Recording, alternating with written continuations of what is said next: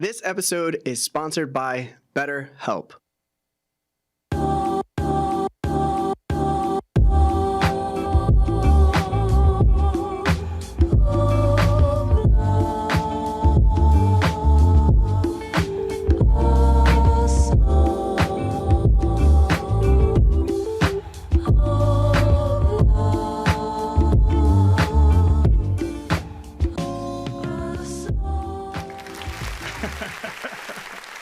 Hey, how's it going, everyone? Hey, welcome to that OnePiece talk. Larry looks different today, as you guys can see. What's up, guys? It's me, Larry. I've been hitting the hair gym a little bit. You know, it's a place you go to get your hair longer. Oh man, already. Thank you so much, Joy Boy Mark. But as you guys can see, we have the Hidden Island here today, Yes. everyone. Hello, everyone. It is actually me. It's the Hidden Island. I don't know if anyone picked up on this yet. I'm not Larry. Larry is on the way.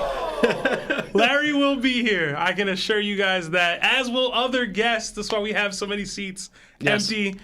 People are, a little late today. That's why we had to push the stream a bit. We're gonna have people rolling in. We're gonna have people rolling in. So yeah, should be a good stream. But I'm so happy to have the Hidden Island here. I love this man's content so much. If you guys are not familiar with the Hidden Island, please check out his channel. He's awesome. He's one of the very rare people in this world that was able to marry an Asian woman, a Japanese One Piece fan, and it makes his content that much better. So shout out to Mrs. Hidden. thank you to my wife, who's actually behind the camera. Yes. So she's over there.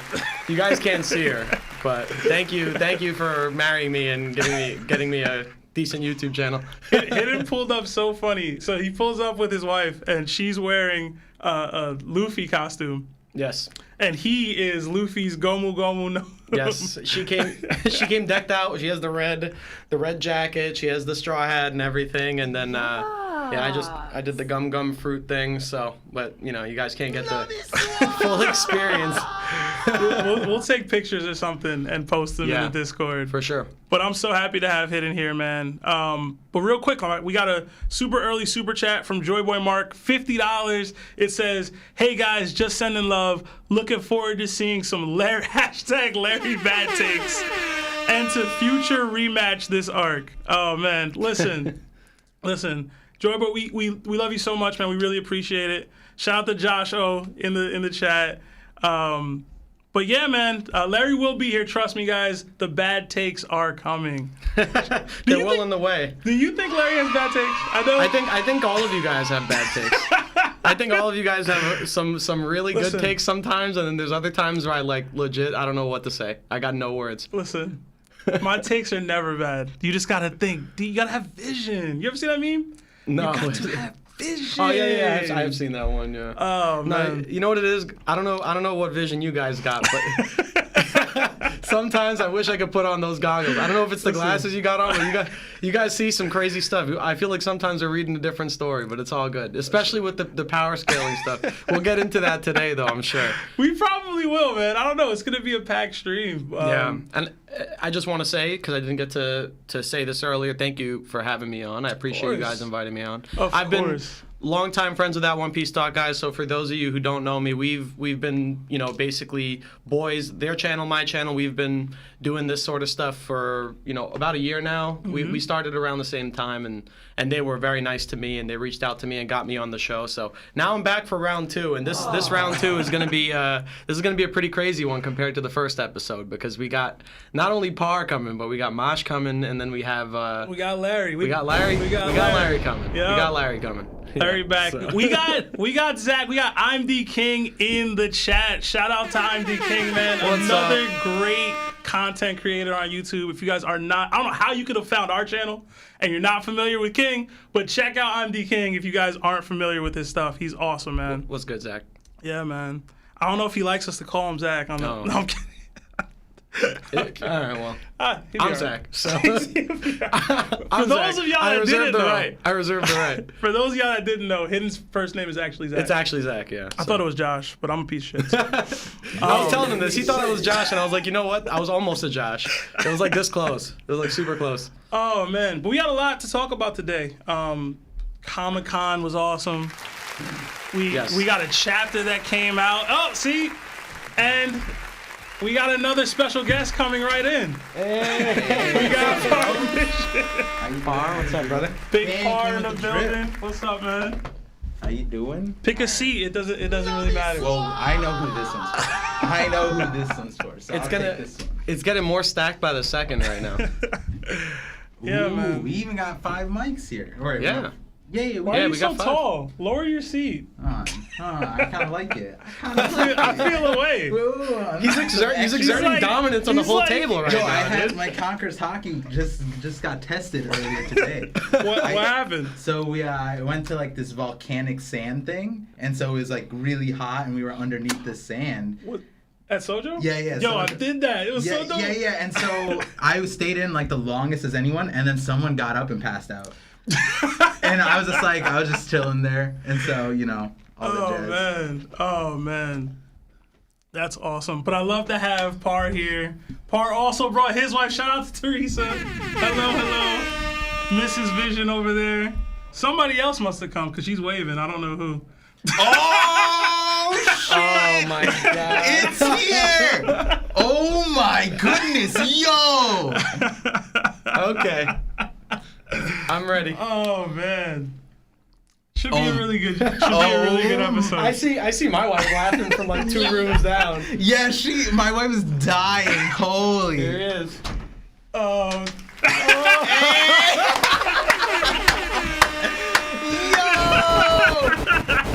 Maybe why stop laughing when you're laughing a little too hard. She's loving it. Oh my god. She's loving it.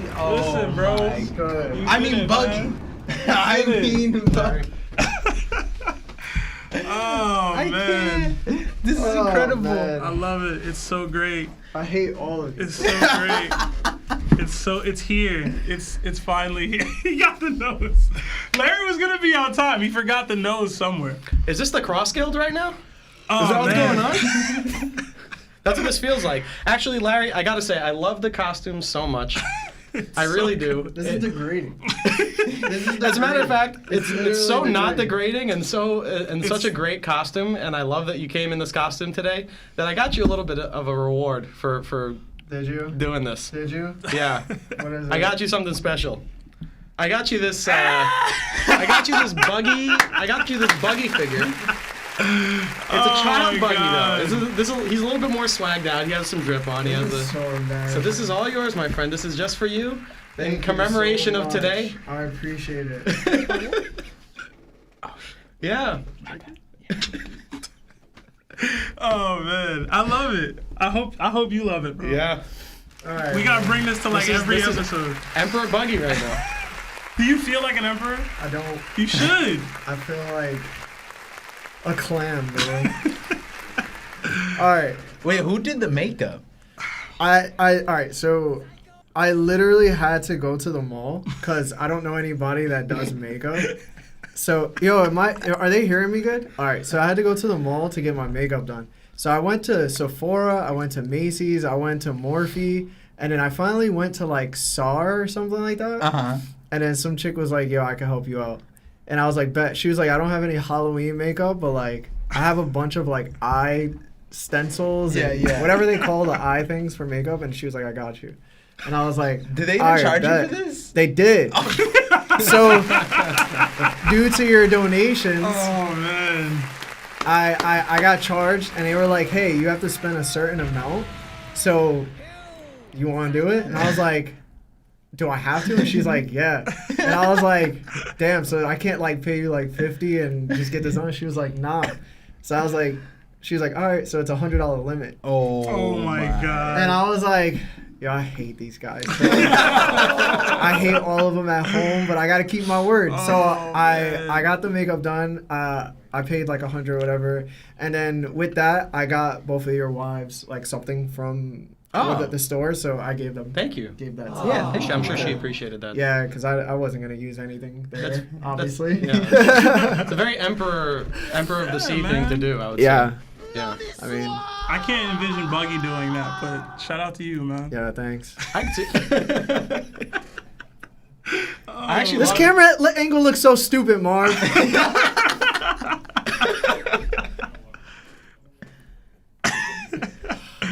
Oh man! But now that Larry's here, let's shout out some people in the chat. We got KJ, Ant M, Peter Keenan, Jason, Gandhi Usopp, Straw Hat Nate, Raul Zapata. We gotta do one close. Bro said, "Don't react. We react." Gabriel Montoya, Goldie Fish, Kevin Salinas, Nebula, Firearms, Aaron Tate, Strahd, so many y'all. Phenom. I'm gonna be honest, guys. If we don't, I'm seeing not enough likes on the stream for this costume right now. You guys gotta be dropping likes on the stream, light speed right now. Yo, I gotta show you guys the back though. I gotta admit, the back goes mad hard.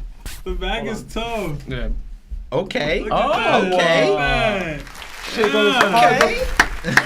Damn. Shit goes mad hard. I love it. That does go man. hard. That does go hard. Yo, can you fix like my top piece, What? How? the gold? Oh, the gold? Like pull it around here? Yeah. There you go. Thank you. Wow.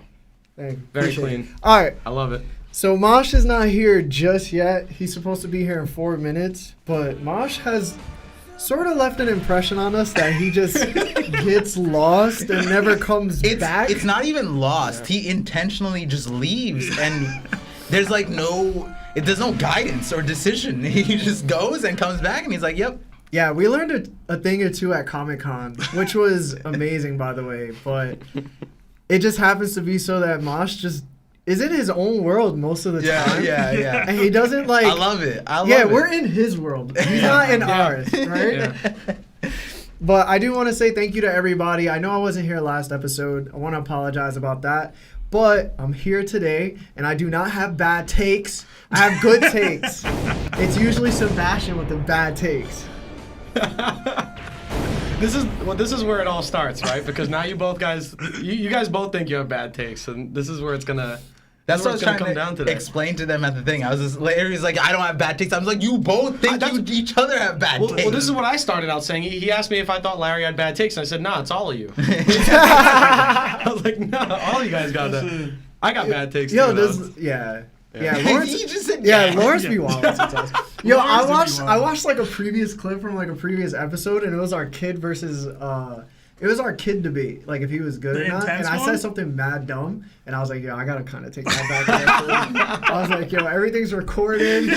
People watch this and listen to it at work and shit. And I was like, all right, my bad. Bro, we're getting mad supers. It's because Larry I can popped imagine. up. Oh my goodness. Oh my goodness. All right, Oh my so God. even though Mosh is not here, I do want to. Yo, can you guys calm down? I do want to introduce Par. ParVision is here, guys. For anybody that loves ParVision as much as we do, I just want to say thank you for being here. I'm pretty sure you came from his streams. If you guys aren't up to date, Par has a podcast on Spotify that he does his chapter analysis. He's on Twitch. He's on Twitter. He's on. He has his Patreon. He has his Amazon links as well, all in the video description below. Also, his ParVision VODs channel. So thank you, Par, for being here. I appreciate you, brother. I'm glad we got this to work out. You know, and the thing is, like, we started the weekend together and we're ending the weekend together. And that just like feels dope. You know what I mean? Yeah. So Yeah. I'm glad that you guys came out to Comic-Con, and then now we're closing out with this. And like a bunch of people were like trying to schedule things. I'm like, no, this Monday is for the homies right now. Yeah. So Okay. I'm glad to be Did here. you tell like your audience about the announcement? I did. Oh, so if you guys didn't know, our fans, ParVision is having a little vision. So shout out to him and his wife. I just want to say you guys are super blessed and you're gonna be great parents. Thank you. So I can tell her. Throw Z's in the chat. Yeah, actually- For Zenith. Actually, ParVision was telling me the other day they were doing a sonogram, and they could hear actually on the inside the baby was saying something about the shadows theory, and that was crazy to me. That was crazy to me when he told me this story. I wasn't ready for that. Imagine. Yeah. Immediately. That's where all my theories have been coming from for the last like few months. Yo, no lie. Listen to I'm the gonna baby. be real. I thought Hidden was gonna be like, yeah, so I just want to let everybody know we pregnant too. Yo, I was gonna be like, yo, there's no way, bro. No. All right, but then we have the man to my right, Mr. The Hidden Island, aka just Hidden. You know, Hidden has his channel as well, the Hidden Live channel. He has his Twitter, which he's constantly talking on, and he also does Twitch. He be streaming Valorant. So if you guys want to, all the links that are possible to these guys are going to be in the video description below already. So please look in the video description and follow them. But other than that, I just want to say thank you so much, Hidden, for coming through. Bro, thank you for having me. You're my guy too, bro. How could I not be here for this today? Yeah, I'm upset you're not wearing Tim's. What you mean? Oh, he's wearing Tim's. Let's go! Hold on, I just have to clarify. I came fully equipped with the Timbs, okay? Came with the butters. How could I not pull up to TOPT after the first time? Listen, this is what I know. These are the things I know. Hidden's gonna be wearing Tim's. Yeah. Har gonna be wearing a turtleneck. For and sure. I guarantee you Mosh got the little beanie joint on. Yeah. I guarantee it when he comes. Oh, man. Those are all like parts of the One Piece right there. Like you put that all together and then you get the full thing. That's it. Yeah, so before we go into the chapter, since we have a couple, more minutes than usual, I do want to talk about Comic-Con. I know you talked about it on your video yesterday, but Par, I want to start with you. You were there for an extensive amount of time. You got to meet some really good content creators. What did you think about Comic-Con, and how much did you really enjoy yourself? So one thing that was really cool was this was my first Comic-Con. This was my first con of any kind. And I feel like throughout the entire day, I was getting like spoiled by all the firsts. For example, the red carpet thing that Film Red, the things that we got, the amenities that we got, that's not normal. But this Comic-Con, Rogers Base was saying that this Comic-Con was extra well put, well organized. There's a lot of, things, attractions to see, people to meet. It was definitely a stacked Comic-Con too. And then also stacked in terms of the events around it, because Film Red was taking over Times Square. Then there was a bunch, like we saw a giant Luffy, but that wasn't even the main One Piece place. It was the Thousand Sunny, the card game, which was pretty funny that Mosh sat there for 2 hours. We saw half the venue. He did not move an inch. Yeah, so, for me, I think I was just glad that I got a bunch of other people who also have never gone to a Comic-Con. So it was just me and a bunch of other creators who've never been to a Comic-Con experiencing it together. And then, I live streamed it so that the chat could see what I was seeing for the first time. I definitely am going to go to more of them. I think it was a very open, wholesome experience. You don't feel like, even if you weren't cosplaying, most people probably didn't even think I was cosplaying, but I was, but it didn't feel out of place. You could go anywhere to any booth. All the strangers were so kind also. It didn't matter. You could talk to anybody. I know Mosh was walking around talking to everybody. Yeah. And we almost had to pull him away. We're like, bro, we got to go to the screening. And then he's just he's making jokes left and right. And it was all around a great experience. What'd I tell ya? What did I tell ya? You were really coming in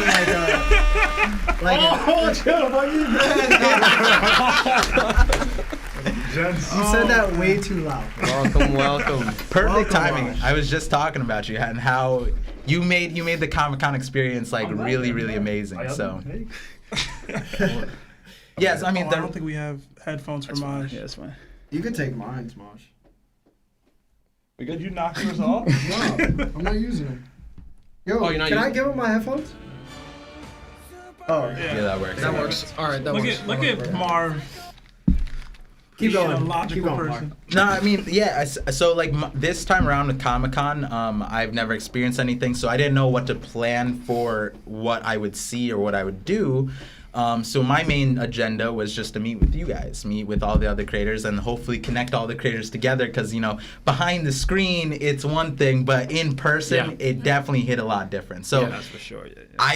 if I were to rate Comic-Con this experience, it was like a 20 out of 10 because we got to meet everybody, we got to meet new people, each other. We spent the whole Moash had us running around too. Bro came back and was like, "Bro, I can get stepped on," and we're like, "What?" It almost happened. It almost happened. Like he hands me a deck, like the brand new deck of One Piece cards, and then he comes back like, "Bro, do you want to get stepped on with me?" I'm like, "I'm married." So you guys are what made Comic-Con really awesome for me. So thank you guys for coming through. Yeah, thank you. Yo, Man. I totally agreed, bro. That was such a fun experience.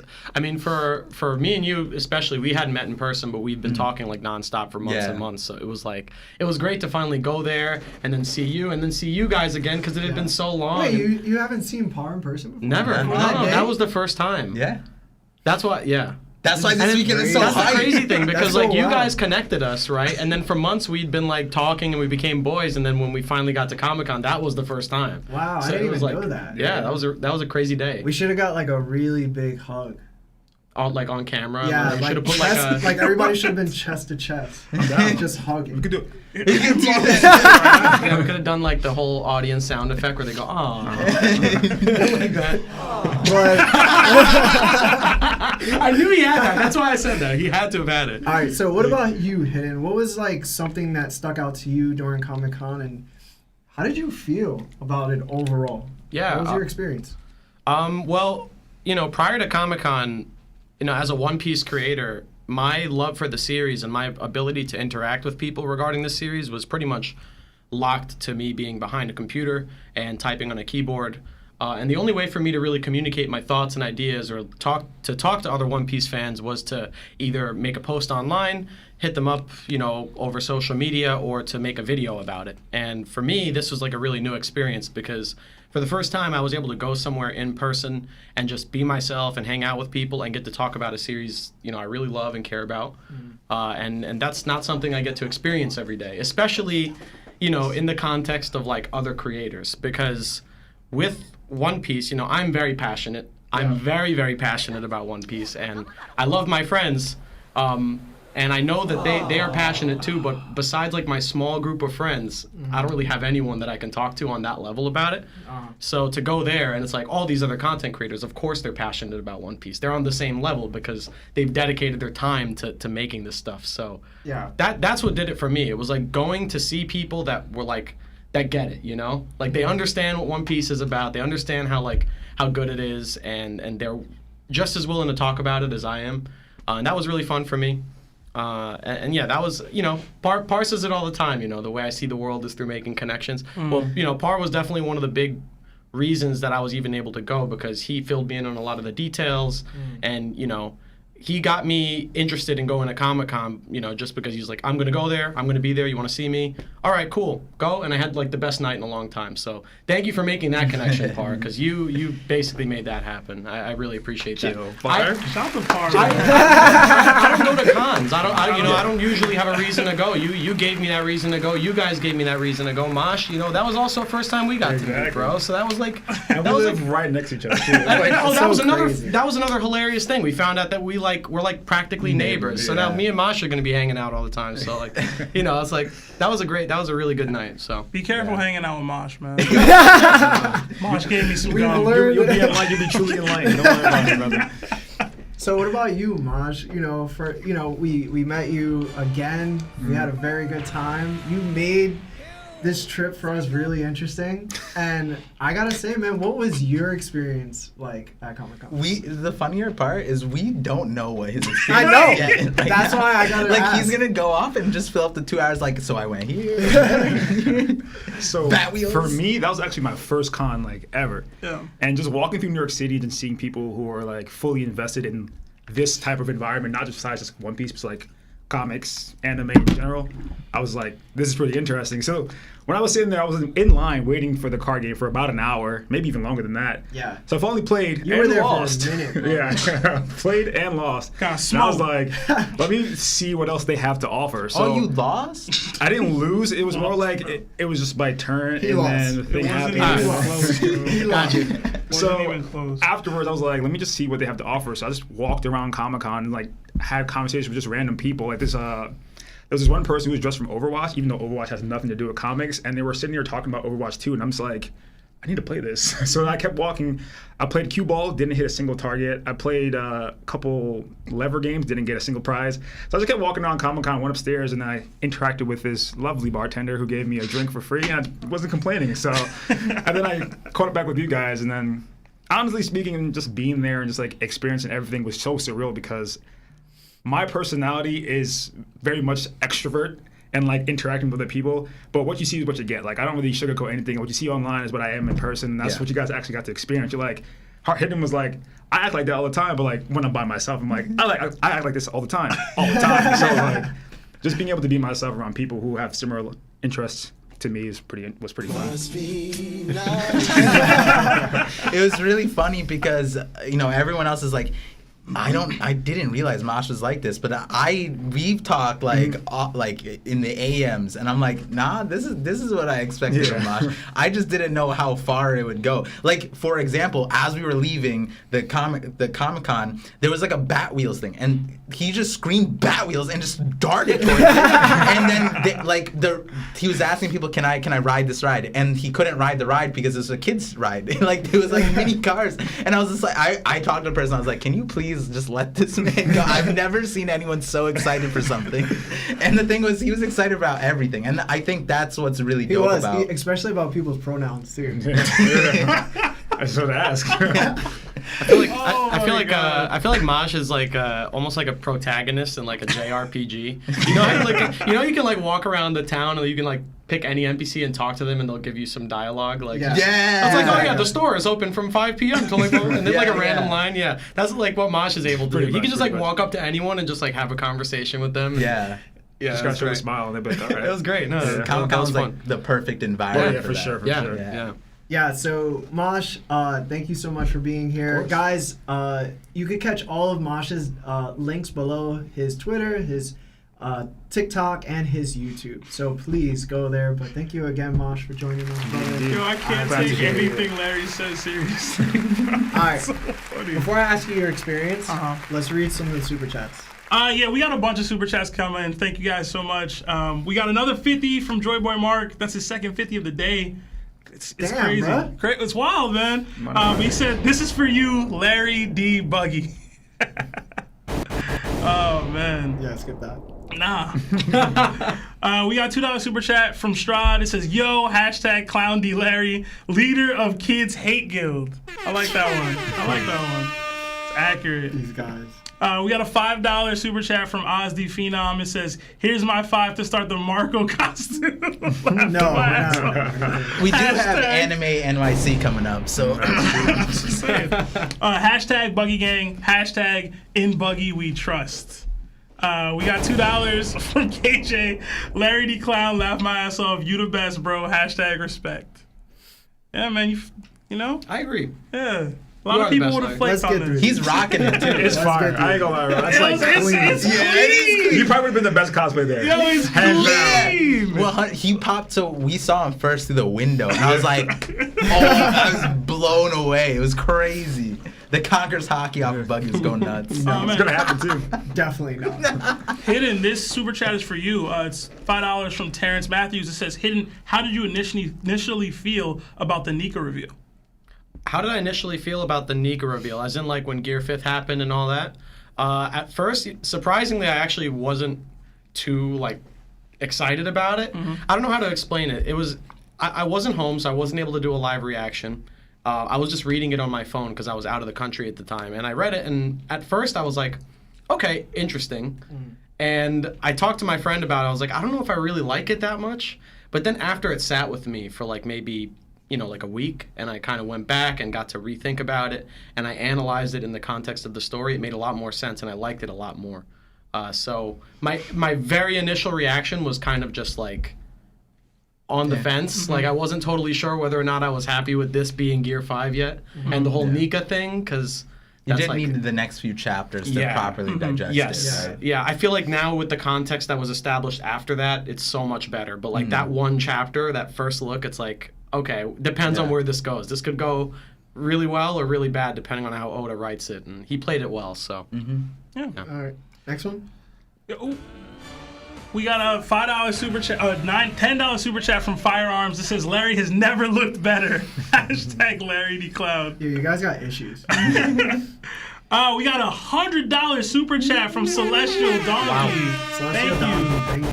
Thank you so much. It's another one for Hidden. It says, yo, Hidden, you think Buggy be on that empty throne at the end? And good to see you, Captain Buggy. Hashtag Buggy Gang. I love that I created that.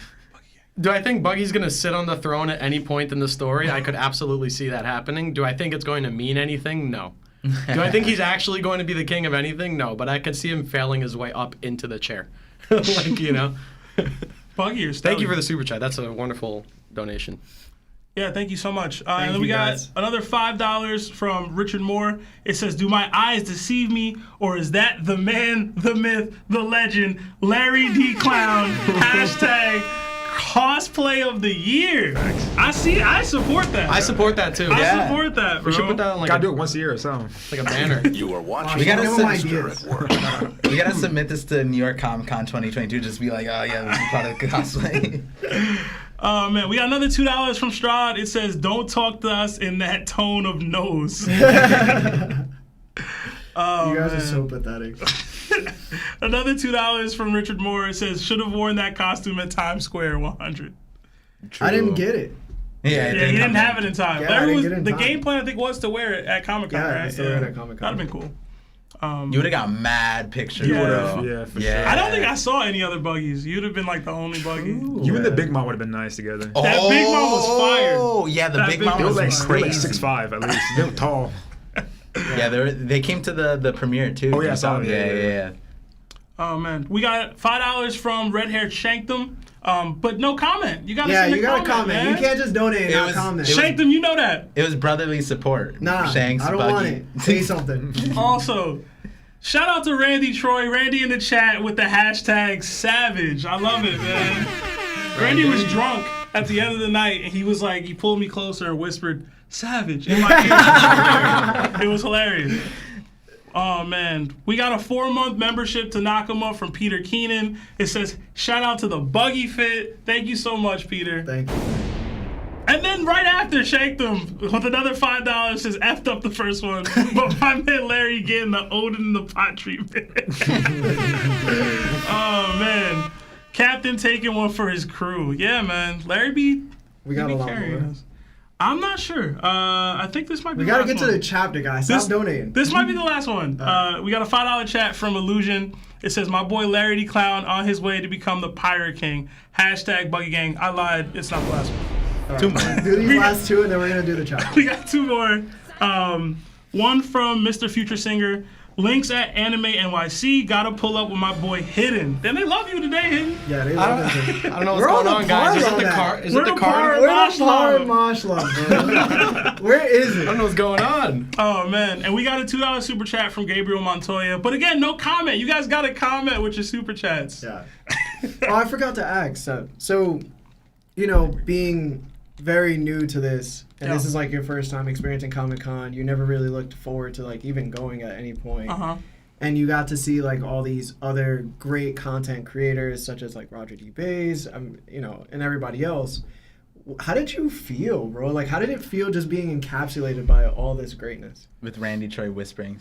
Yeah.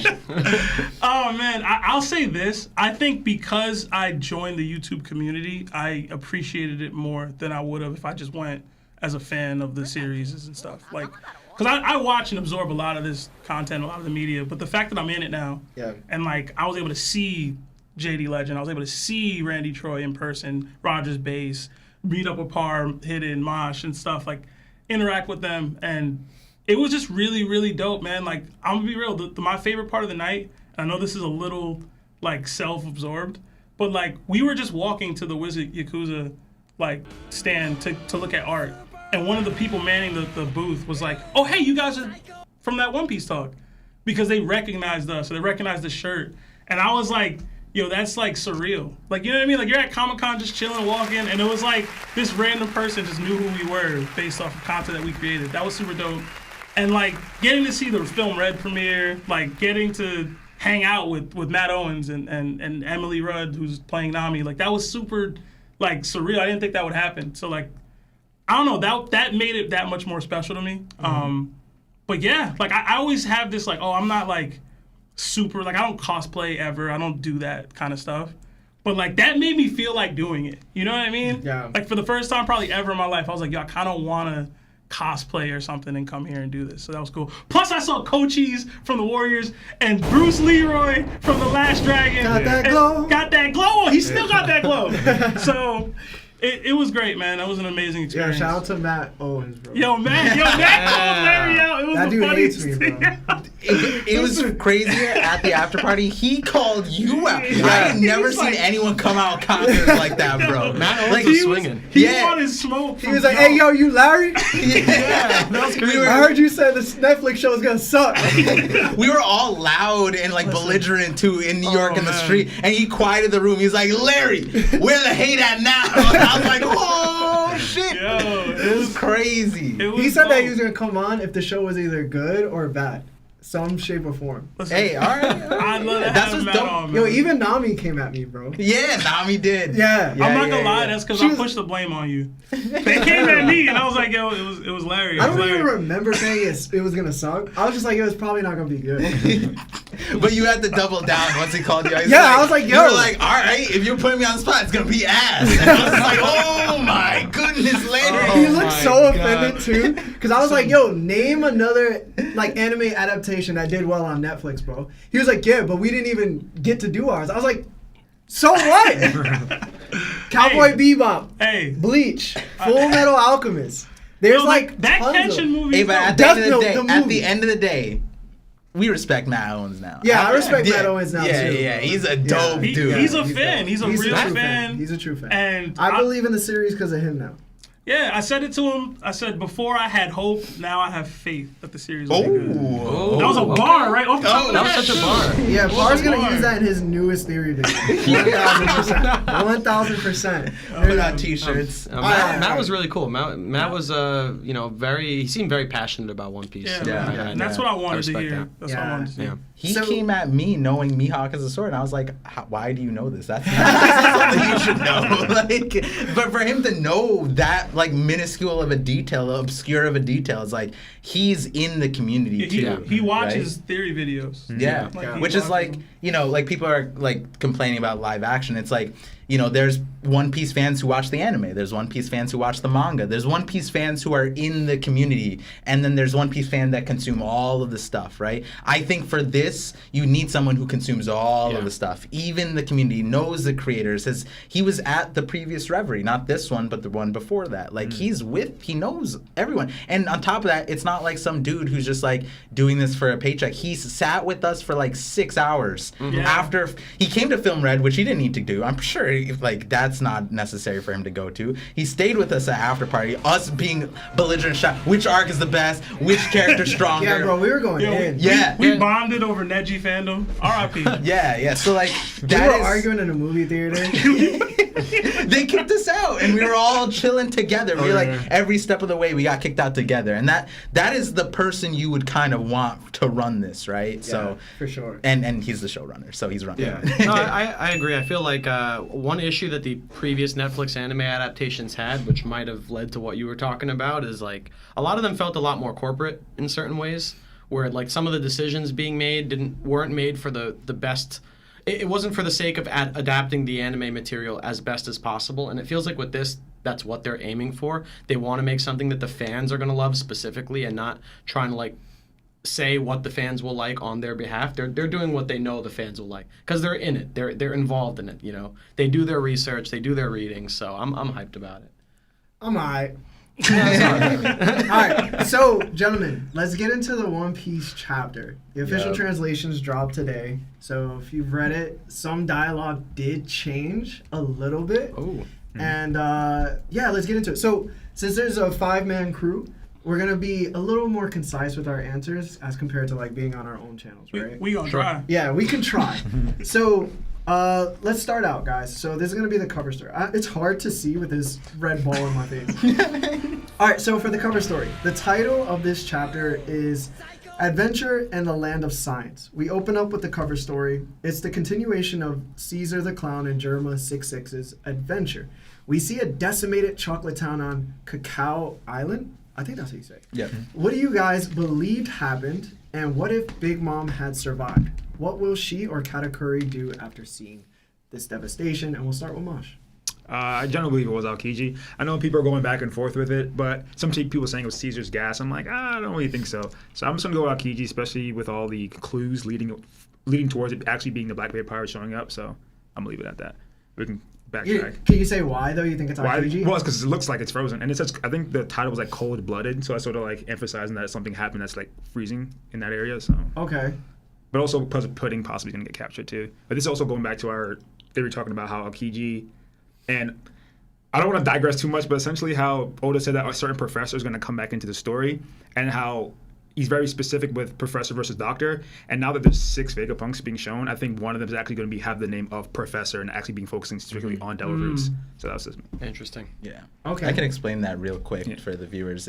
So like we've all had this like rumor that like Oda put in SBS a certain professor is going to explain the Devil Fruit stuff, and we all took that as Dr. Vegapunk.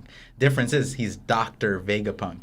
Now in the story, the only people who were named professor was Professor Clover, and that was attributed to scholars on Ohara, not doctors. Doctors and professors have a very like a distinction there, and that has never crossed over. There hasn't been like hey, this is like Professor Kreha. No, it's Dr. Kreha. You know, like there's been that distinction. So for Oda, this is in like I checked all the different various translations. There's always been professor there, and so that was one of the reasons I was like, oh man, we might get blue balled about the Vegapunk giving us like the Devil Fruit answers, because it might not be Vegapunk. But like Masha's saying, one of the 6 people that we understood here might go by Professor, and that would be the person who specifies in Devil Fruits, for example. So, all right. Interesting. What about you, Seb? What did you think? I fully support everything that Mosh said. I want it to be the Blackbeard Pirates so bad, and I have my whole Aokiji is not so much is that 10th Titanic captain. So, yes, 100%. It just looked cold. It looked frozen. Yeah, like frozen. it had the little wind that Oda does with ice. Plus, though, they didn't technically tell us who those 2 shadowy figures were. So. All right. What about you, Par? Yo, Oda, take me away. I don't know. Like this is one of those ones where like, you know, with the manga right now, I think being creative and reaching for abstract answers is what the manga's for. But in the cover story, we got burned by that when the silhouettes came out. The easiest answer was Ichiji and Reiju. But then everyone went wild with different answers. And whether or not that's wrong or right, we don't know yet. So I'm just like, cover story, Oda, just take me away. Let me see the next one. But what I will say is that I think I really like the transition of the cover stories because it's like so exciting. Like I mean, this is one of the first like cover stories I got to experience as a content creator, where everyone's like asking me questions about the cover story versus like the manga. The manga also, but there's so many things with this cover story where it can go. I mean, a lot of people were asking me if like Germa, maybe they have like if Queen has an Ice Oni thing, maybe that was copied also, and instead Germa has like a Wipeout ice thing that they just haven't used yet. And then I was like, well, why haven't they used it yet? But then you can't really say that because Caesar didn't use his ganja smoke prior, so we don't really know. Ganja smoke? I mean, that's what it was, right? All right, then. What about you, Hidden? What did you think?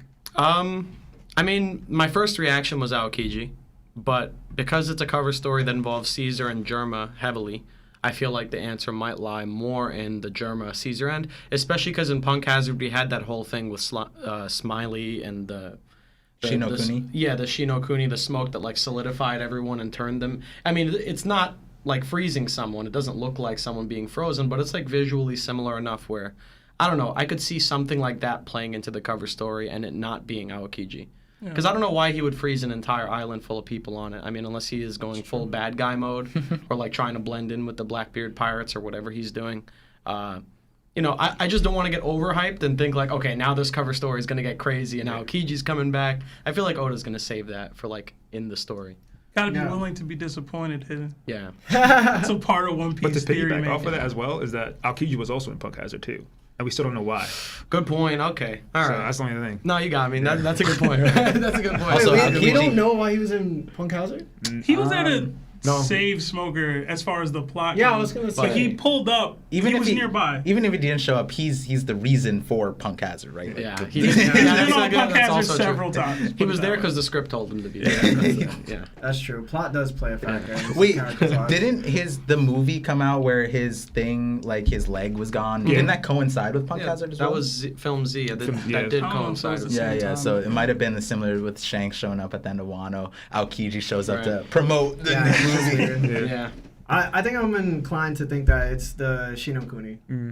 Ooh, oh my goodness. Shinokuni is devastating, bro. To just unleash that on Cacao. Yeah. Why Chocolate Island? I like Well, chocolate. I thought that they were fighting on Chocolate Island.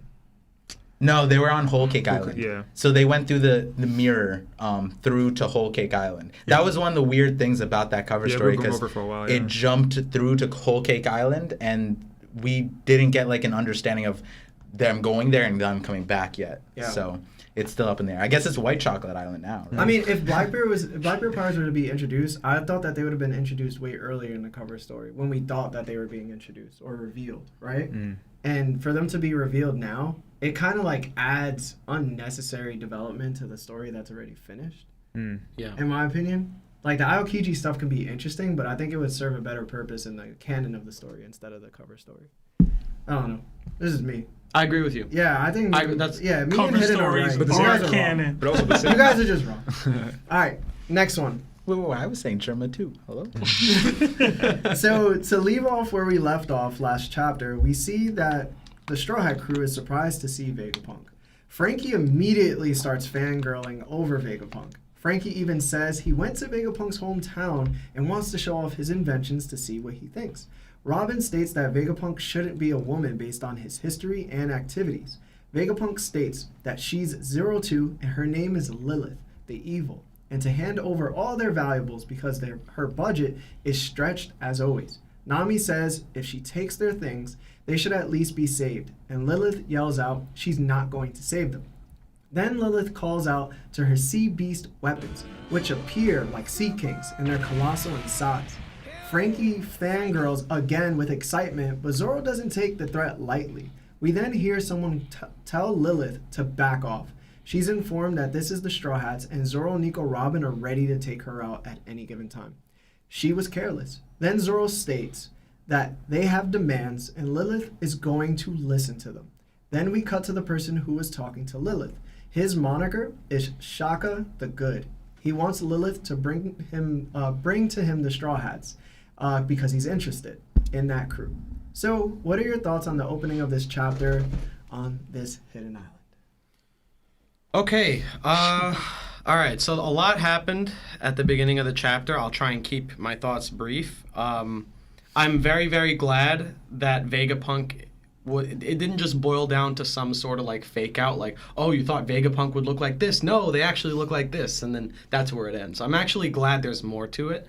I'm glad that we see that there's more than one version of Vegapunk. At the very beginning of the chapter, it answered the questions I had from the last chapter. So already I'm like very interested in the new developments happening here. It just seems like Vegapunk's personality caught me off guard.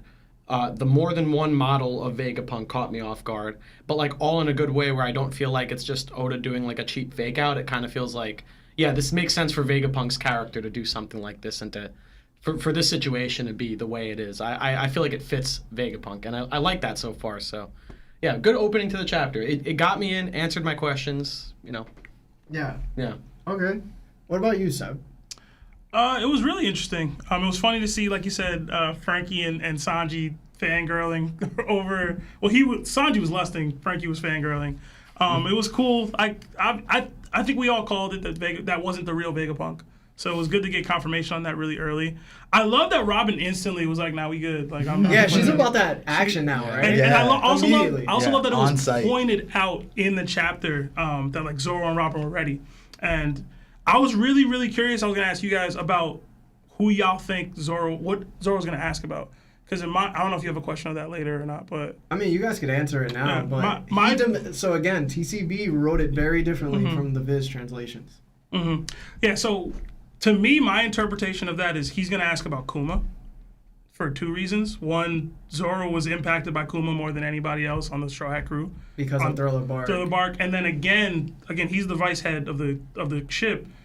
Kuma stayed there and protected it for 2 years. And I went back to read in that chapter, and it was curious because Zoro himself in that chapter where Frankie's breaking down the moment, I think it's chapter 604, 607, where Frankie's talking about what Kuma did.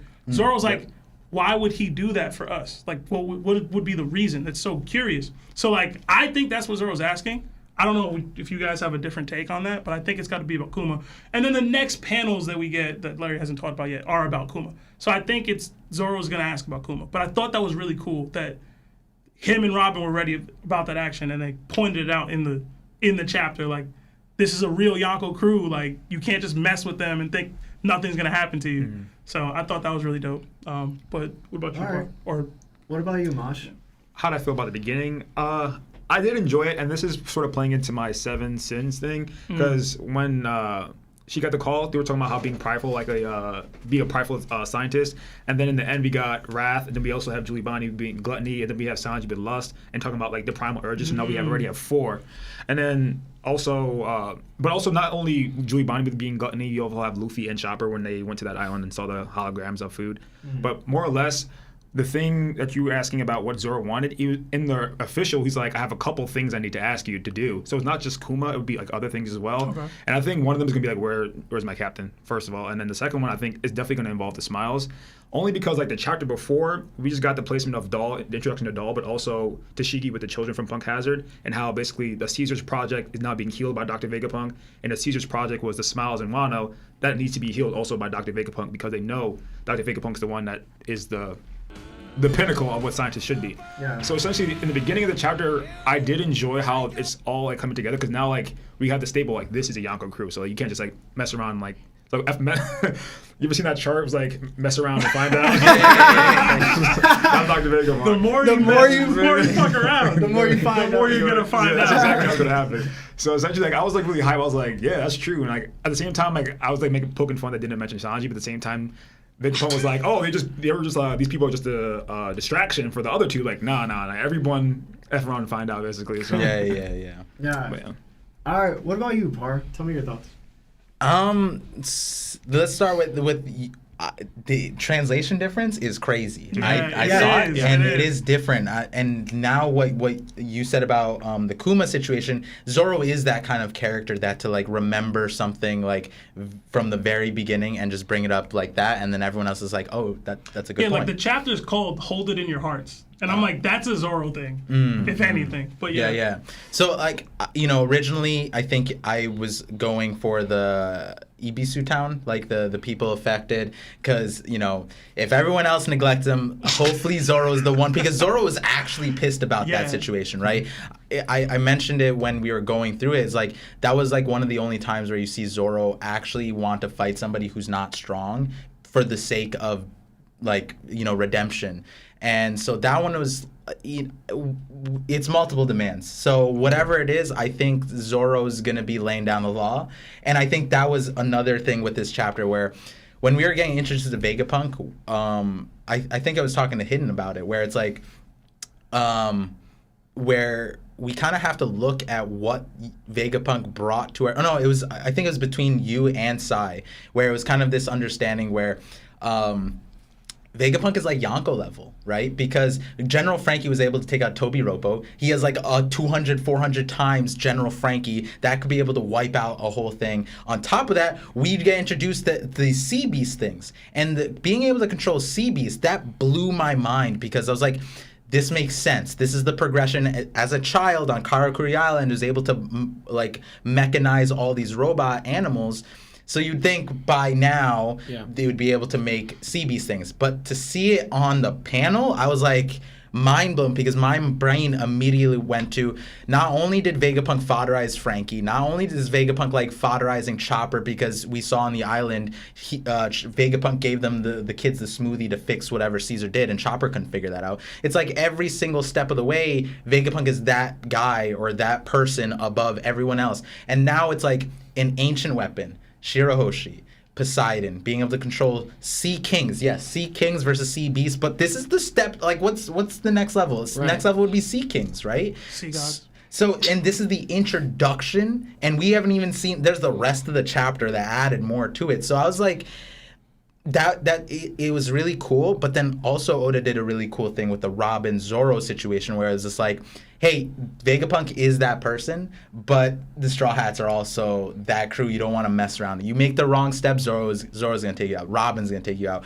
Everyone could take you out, and that was a really cool, complex thing that Oda added, because you could have got swept away with all the Vegapunk stuff, and you didn't really need to add in that element of like, hey, Vegapunk, while being this dangerous, this crazy, still has to watch out for the Straw Hats. And I really like that, because at this point in the story, you feel like wherever Straw Hats go, they should get that kind of respect. And like, you know, I think we, especially in pre-time skip, we kind of got acclimated to Straw Hats show up, nobody knows who they are. There's some gummy kid who just shows up, and then they're like, oh my god, 100 million berries? And now this situation's flipped, where it's like, nah, bro, he's an emperor. We can't mess around with an emperor like that. And Luffy's not even there on the ship, by the way. Right. Yeah. So I think this chapter really set out like a really strong showing of like not messing around with the Straw Hats' reputation while making Vegapunk this immense threat. Where I think you were talking about it, and it keeps on getting amplified.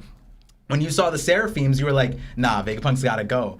At this point, it's like, Vegapunk's gotta go, you know? And you know, this chapter continues that sentiment as we move on. Yeah, take Vegapunk out, yo. If I could add something just to give some insight onto the translation stuff. So I'm looking now at the actual translation of what Zoro said to Vegapunk.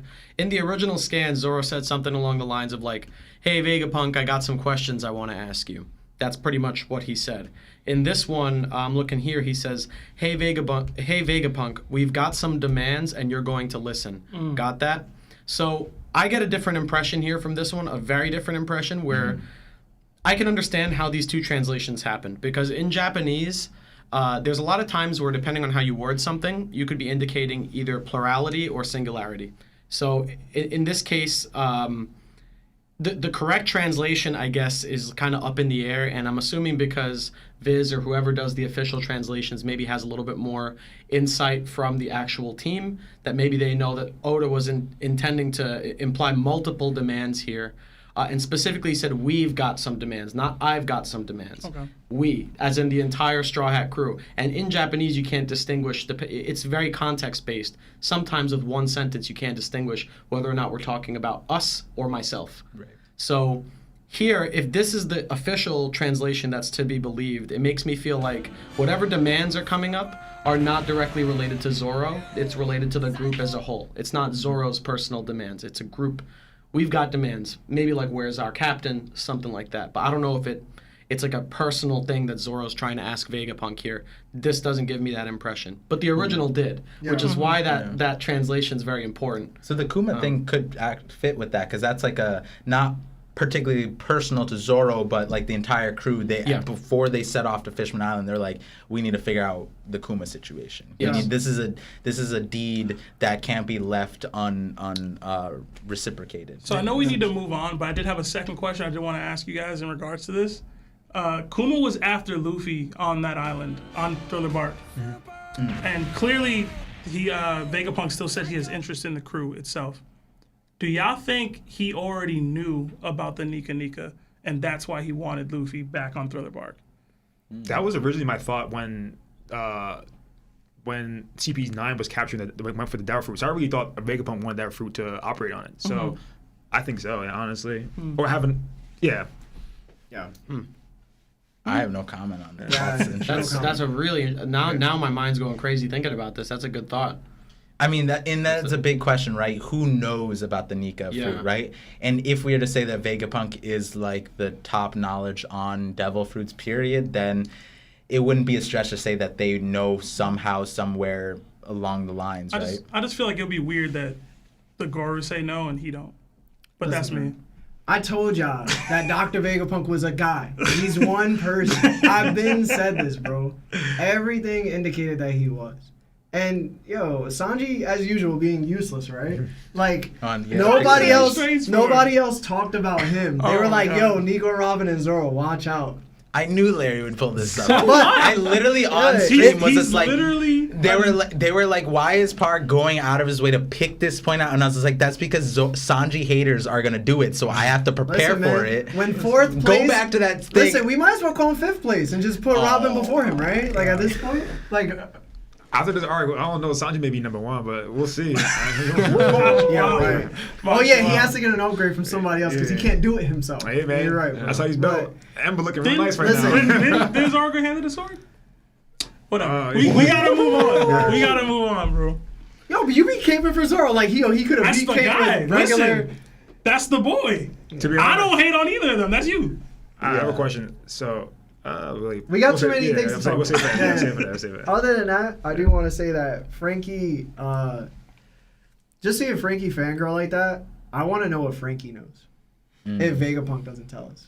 Because obviously he's seen things that Vegapunk is still working on, and it doesn't look like Vegapunk has literally expanded his knowledge. He's just made all his ideas come to life. You know what's interesting is that Frankie talked about staying on the island for 2 years, but also in basically the next part of the chapter talks about the. So why are you moving forward, bro? Well, Can we get there first? Can we get there first? No. So Buggy. I do want to say that I've been called it too. Vegapunk needs to get taken out because he's the closest person to making another ancient weapon. He could possibly just make all three. Like if you think about it, right? If not already. Agreeing with decisions that the world government's made. Put it this way. If he captured Shirahoshi at that point, like if they captured Shirahoshi when the Celestial Dragons were about to capture, and he was like, yo, I'm just going to clone her. And then all of a sudden we now have a Seraphim that can control the Sea Kings. Mm-hmm. Kill this guy. Regardless of his intentions of being good or bad, he has to go. Yeah. He has to go. Even without all this stuff, someone commented on my Vegapunk video where I said that, like, from the world government perspective, it doesn't make sense to keep Vegapunk alive. It makes more sense to kill him very soon. And the context of that video was just devil fruits alone. The things that you could do with just the devil fruits and manipulating wills, that alone. But now with this chapter, like you said, getting close to ancient weapons, I'm going to go on a limb and say no. Like this chapter just demonstrated to me that it's more along the lines of he's there. He's like literally there. But, Super chats real quick, and then let's go to the next question. We got a couple sitting. We got a 7-month membership to Shichibukai status for Simeon Russell. It says, now that Tashigi is back in the story, how long till we get to see Fleet Admiral Smoker? # Smoker Gang. Listen, I love Smoker. Yo, mods, can you ban him? Just ban him, bro. He's a member.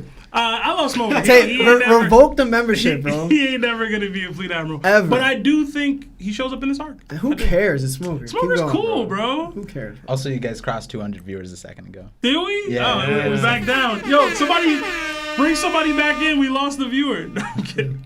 Nice one, bro. Keep going. Did. Yeah, we got a $2 super chat from Red Hair Shanktum. It says last one. I think that was in reference to Larry telling everybody to stop super chatting. We got a membership to Yonko status from Chef D. Rasta. Thank you so much. Yeah, Chef. when they do Yonko status, they're freaks. What? Yonko status is our highest membership. That's Yeah. Oh. Yeah, so it goes Nakama, Shichibukai, and then Yonko status. Gotcha.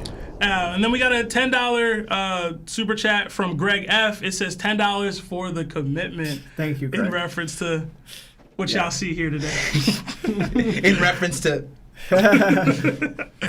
Oh, man. We got a $5 super chat from Jordan. It says, crazy thought, the D-Clan originated from Lunarians. # Larry got fire takes. There you go. Thank you. I appreciate that. You can donate again. I don't know if you guys all saw our heads turn toward the person with the mega theory. Yeah, the whole thing on that. Yeah, Jordan, check out Hidden Island's Devil Fruit origin theory. It's You don't even need to describe it. Look for the thumbnail that predicted seraphims. There's there you go. Yeah, the seraphim thumbnail. Yeah, the theory of everything. That video. Yeah. We got a $10 super chat from Celestial Donkey. Thanks again, Celestial. It says, "Yo, Larry, give us your best buggy laugh." I don't even know his Yeah, laugh. what's his Yeah. laugh? I don't know his laugh. This Well, is you have sad to- that we And don't it know goes, this. "Wah!" Yeah, Right? you have to get the smoker voice to like the raspy. Yeah. It's kind of sad that we can't place Buggy's laugh, and we got 5 One Piece Superminds here. We gotta do No, I better. mean, I know how it sounds. It's hard to pull off for like a normal human being with a normal voice. Like, We got a $10 super chat from Alex the Human. It says, "I love the multiple personalities, but wait till halfway through the arc when people start complaining about how many characters there are. But I guess 7 is less than 9. I guess for the scabbards. Yeah, the in scab- relation to yeah, the yeah, scabbards. yeah. I mean, I think people are loving Egghead so far. It's short. We're not deep in it yet, but I don't think anybody's had any real complaints. Also, I think the multiple personalities are gonna. It's different than Scabbard situation where it's like these separate characters, Yes. each with a Yeah. different With a whole backstory, backstory. yeah. Whereas these are all connected to one thing. Multiple personalities is way easier to coincide with the story. Hey, we meet one guy. This guy's evil. This guy's good. This guy's thing, and it's all gonna be around the same sort of like persona. So I Yeah. think it'll wrap around a lot better than this. Plus- It's like plus Full there's- Metal Alchemist. Plus, I don't think there's like anyone else on Egghead Island right now, right? Like we haven't seen anyone No, else. the naval besides- base is like near it. The naval Oh, base is yeah. there, but Yeah. that's about it. Yeah. We got another $5 super chat from Terrence Matthews. It says, "How do you guys feel about them potentially building up to a One Piece equivalent of Cell?" Someone asked me this. I forget when. That'd be pretty cool. Well, like a Cell was one of my favorite. Has to have a characters. similar theme. So. As like long a as it's- perfect life form type character, like a experiment, like Vegapunk experiment type thing. But that's what I was talking about with Luffy. That was like my thought about Luffy. Like him being able to, if they were to copy his Devil Fruit, him being able to like absorb all the power and actually be able to use it because he's rubber basically. His imagination. Yeah, true. That could be crazy, low key. That could be crazy. Yeah. But thank you so much. We got another $5 super chat from Luis Talavera. It says, "Just hopped on and took me a few seconds to see Larry in a Buggy cosplay. Buggy gang all the way. Love the show." Thank you so much, Luis. We got another $5 from Insatiable Hunger. It says, "Mash been a comic fan. Being a comic fan, you must see so many parallels with One Piece, especially technologically. Potential via Vegapunk, power rings, Mandarin rings? Rings. Yeah. Mandalorian, I think probably. Yeah. It says Mandarin. No, Mandarin. Yeah, Mandarin. For the 10 rings. Oh yeah. Okay. It said Mash, but I assume it meant Mosh. Oh. Yeah, pretty sure it meant Mosh. All right, we got another $10 super chat from Chef D Pasta. It says, "Hey guys, long time listener, but first time watching live. Love all the content you guys put out. Does Zoro pull out Color of the Conqueror hockey to stop these Vegapunk beasts? Hashtag Larry to go." I don't think he needs to. Nah, I Would don't it think work he though? needs to. Zoro Would it doesn't work really on do them? Because they're like mechanical? Yeah. Probably. I don't know. Probably not. Well, he said something about the willpower of Because the animals. Kuma's ones didn't stop. Oh yeah, you're right. But Zoro didn't. I Luffy mean, did. the question is, can Zoro willingly omit the conquers in that? I mean, that's Yeah, a you big have question to post surrender Wano. us, dude. I mean, he did before he used ammo. Right, but it was like an unconscious thing. I think that's a big question coming out of this. Where if he did do it here, that'd have been dope. You know, that'd have been really cool. You think Luffy might help him with that? Like, because Luffy got direct training on that, right? No. To be honest, Zoro should be more fluent with hockey than Luffy is because flowing the hockey. The reason why I was so like focused on the Wano is because swordsmen have to flow their hockey into their blades, where Zoro learned that way before. So It should Zoro be just easy. not on Hockey Luffy's control. level, bro. Yeah. It's high. That's one thing that I think a lot of people, not a lot of people, there hasn't been like Straw Hats helping each other out with certain things. Like Usopp is the only one who's like, here's something, but that's because that's the way Usopp's you know what's helpful, crazy? right? All right, no, we got to get to the next part. Yeah. But I'm Sanji, Zoro, Luffy, they never cross paths with their knowledge. We got one more super chat from Ghani, my guy Ghani. $10. It says, "All of you men are an inspiration to creators everywhere. Love you guys for real. Keep it up. What do you guys think about potential Straw Hat and VP alliance? Hashtag partnership after world government failed assassination." And Thank Ghani, you. I think, is a TikToker, right? I believe so. Yeah. Yeah. Thank you for saying you're inspired by us. I'm pretty sure Appreciate that it. all of us Yeah. really feel that a lot since we are probably inspired by other people as well. Yeah. So, 100%. what was this other thing? Do you guys think there's a potential Straw Hat and Vegapunk alliance after the failed world government assassination? I would say yes. I don't think it's gonna fail. I think Vegapunk's dying. Oh, let's go. Spicy takes. Oh, geez, okay. Spicy I think takes. Vegapunk's dead. Okay, Sorry. wait, hold on. We need to. What? Oh, like he's already dead. No. As in, no, he's he's like going this to arc. die. Before this arc's over, we will not have Vegapunk. Okay, we need to get to that part of the story because that's a question I want to ask. I want to ask. Yeah, I Yeah, have strong it's the opinions on last that. question. Yeah, so yeah. We'll Yeah. keep going. All right, so let's keep going. Next, we head to Luffy and Bonney. Bonney tells Luffy and Jinbei that she once came to Egghead Island when she was a kid. The island was just a normal lab back then. Then she reveals what's been theorized in so many ways, that Kuma is actually her father. Jinbei asked her, why has she come back? Bonney responds with, that depends on Vegapunk's answer. Vegapunk turned her father into a thoughtless weapon with no humanity. Jinbei responds that Vegapunk must pay for this. How do you guys feel about this reveal, and do you believe Vegapunk must pay for Kuma's loss of humanity? Par.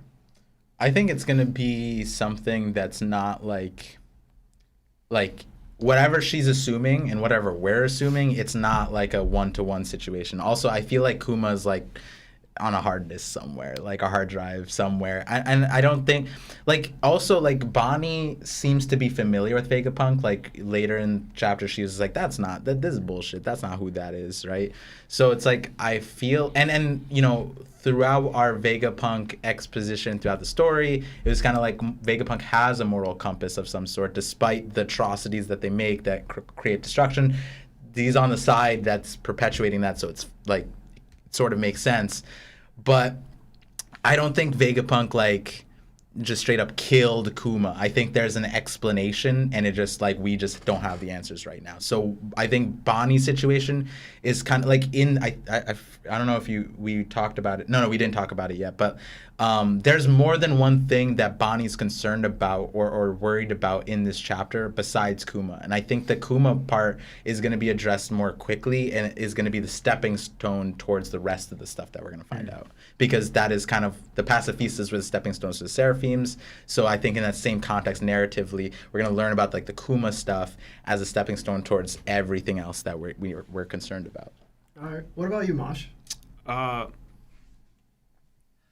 find it interesting because I've had like Bonney and Yuruj are probably like my two favorite people that have nothing to do with the story so far. So just the slowly unraveling of Julie Bonnie's like characters, like, yes, this is what I always thought. Kuma is her father, yes, but now what implications does it mean for her being the daughter of Kuma? Because I think Kuma was chosen for a reason. I think his devil fruit has to play a factor in it, and that may also be why we get devil fruits inside of the weapons, why we get the Seraphims now, why Par was talking about having the hard drive in somewhere. I think that's why we get the Seraphim that we see later on in the chapter, because like they are going to imply that this has something to do with the bigger picture with everything else, and how Julie Bonney basically being able to age people up and down sort of is also going to play a factor in it as well. So I feel as though Julie Bonnie's like in the center of a storm, and then literally that's how we met her, in the center of a storm. So I feel as though that's going to play a big factor later on in the story, in the arc. All right. What about you, Seb? I'm just glad we finally got confirmation about her being Kuma's daughter, which was cool. Like Larry said, a lot of people theorized it. Lawrence, 10 years ago, was like, y'all don't care. This is just what it is. Like, it's fine. It's great to finally get confirmation on that.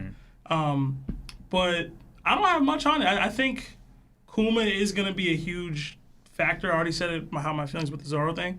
I think he's going to be a major proponent in this arc, and what Mosh just brought up with what's coming up later, you know, it's just another element to it. But it's just good to get confirmation, man, and some sort of backstory for her beyond that. So, Yeah. What about you, Hidden? I got a lot to say about this. I actually got a lot to say about this. I'll try and keep it as brief as possible, but depending on how this goes, this whole Bonney Kuma thing could be a huge piece of supporting evidence for something I've theorized for a bit now, and I talked about this in my mega theory, the idea that the world government, before they were the world government 800 years ago, they were pirates, and they took over the world like Rocks wanted to do, except where Rocks failed, they succeeded. Right? So they were at one point a collection of pirates. They took over the world from the rightful royalty, and that rightful royalty was basically exiled from their countries. They were kicked out, they were eradicated, and the remnants of those people became pirates later. So what we have with Bonney and Kuma could be really interesting, because this plays further into that theme, where we know that Kuma was a monarch. We know he was called Tyrant, which is, a title like that, I feel like that might be the world government's doing. Like, they slap these mean names onto everything they don't like. So like Kuma being a former king of some country, being forced to become a pirate, same with his daughter, who would by extension be the princess of that country, the Sorbet Kingdom, now being forced to take to the seas as a pirate.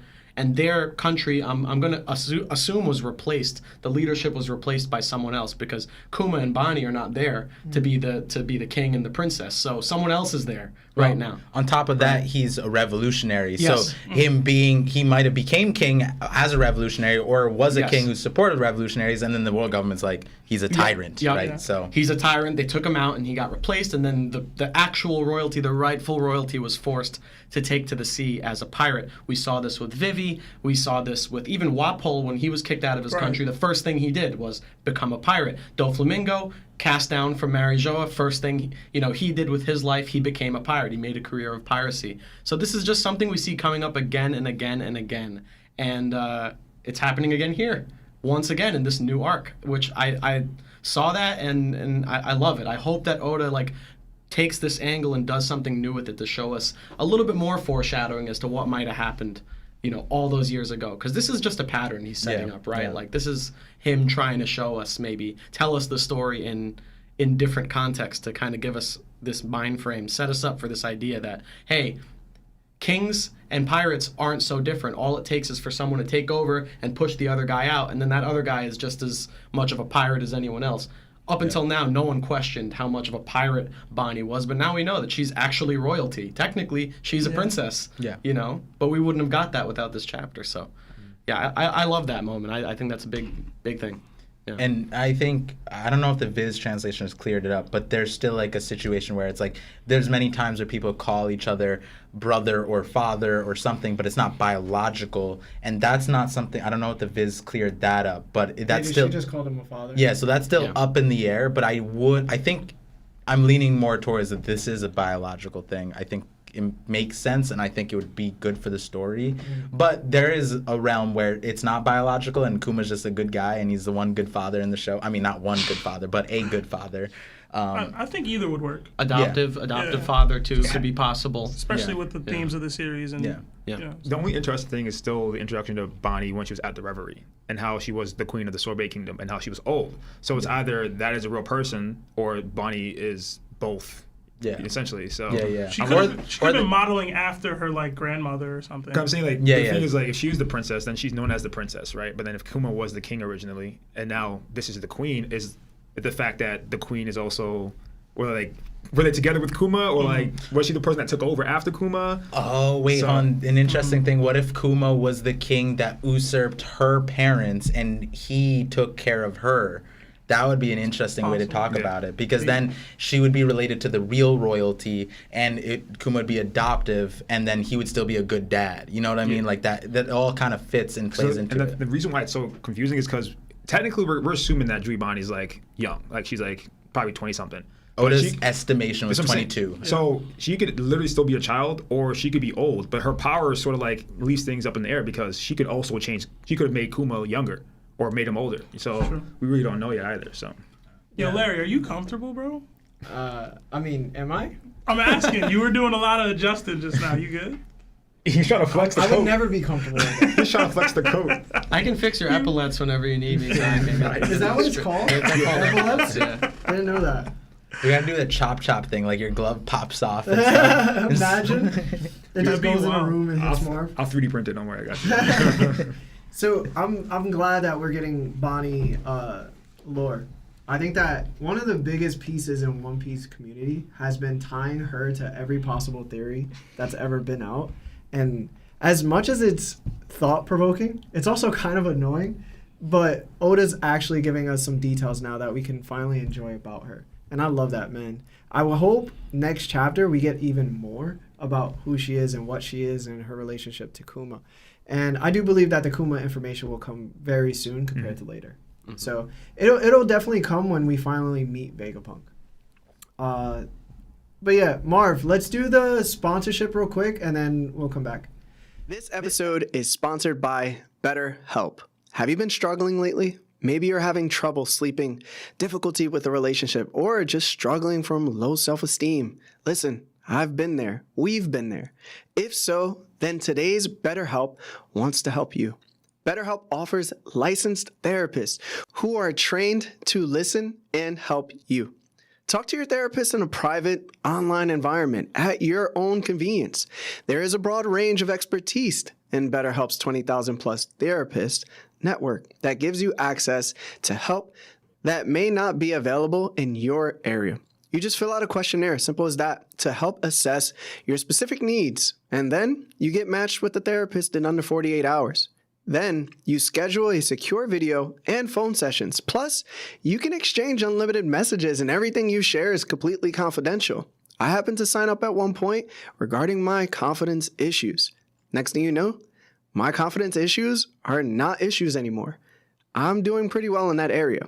You can request a new therapist at no additional charge anytime. Join the 2 million plus people who have taken charge of their mental health with an experienced BetterHelp therapist. Special offer goes out to all that One Piece Talk listeners. You get 10% off your first month at betterhelp.com/TOPT. That's BetterHelp, HELP.com/TOPT. Thanks again to BetterHelp for sponsoring this episode.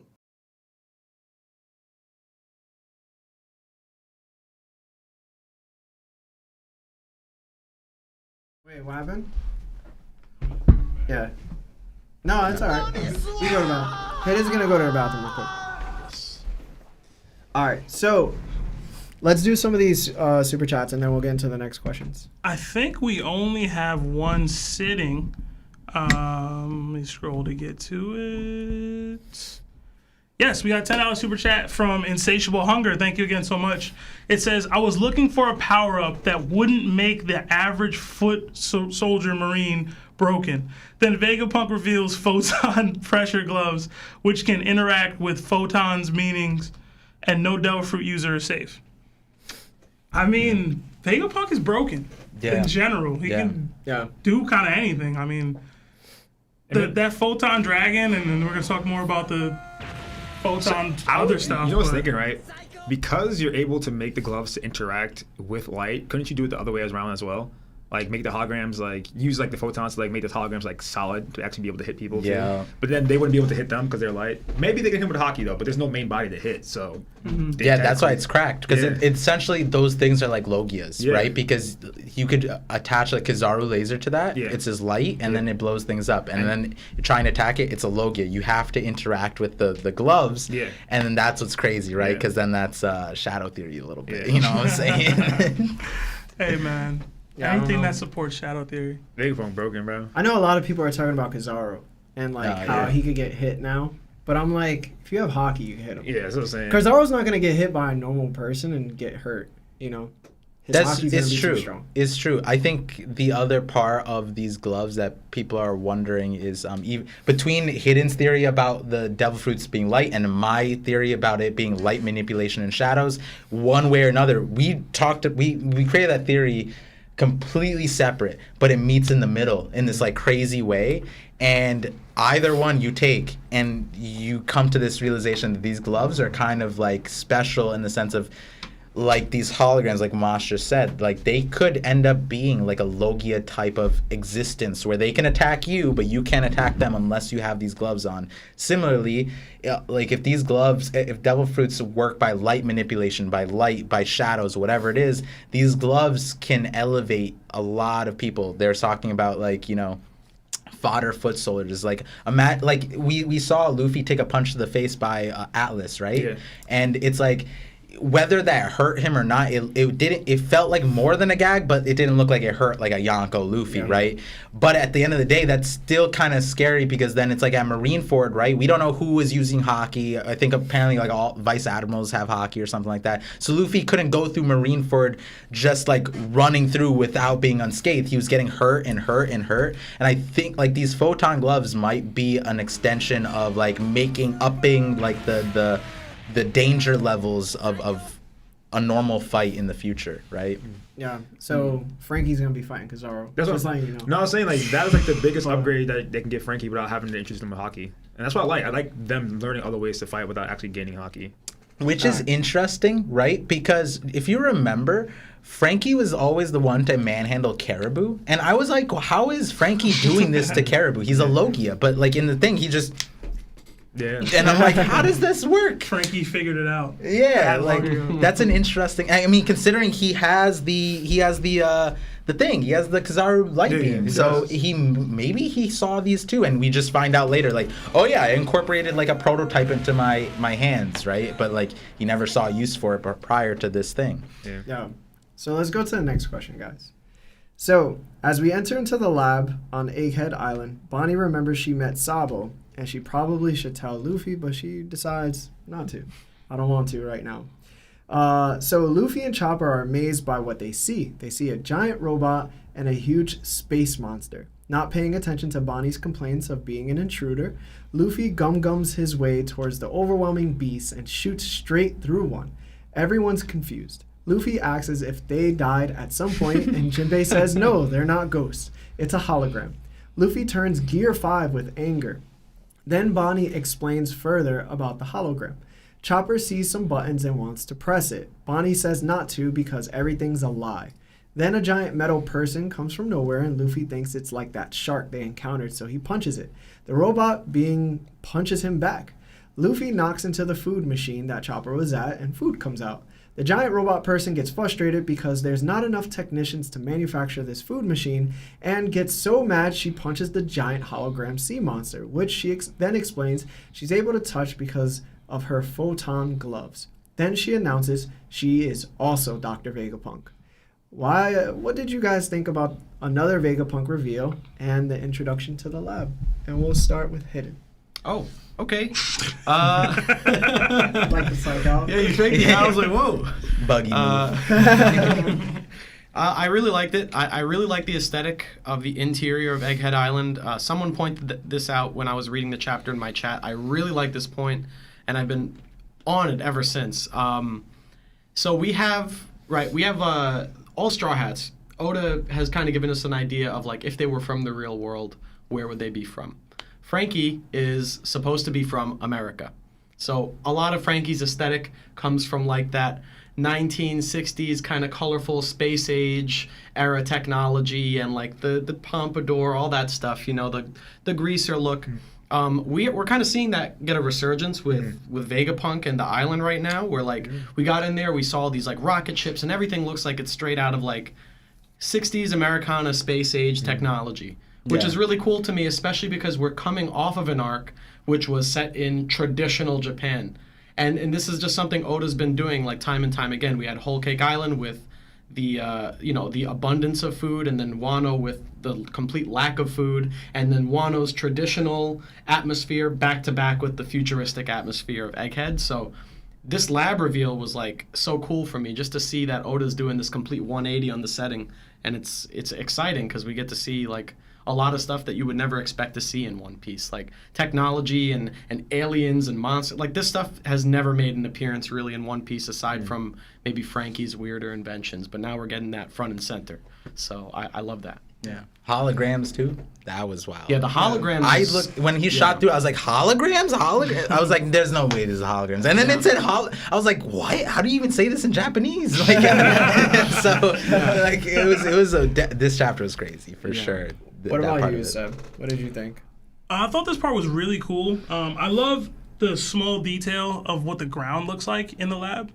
Like I forgot what it's called. That it's the grid. The grid, yeah, the grid. They reminded me of that Tron. Yes, it reminded me of Tron. I really like that. Seeing Bonney, Luffy, and Chopper all dive into the food and just land slack that in their face. That was hilarious to me. I was cracking up. And Atlas looks like Mega Man, yo. Like, I love that. Like, Astro Boy? Astro Boy, Mega Man, Mega Man, Yeah.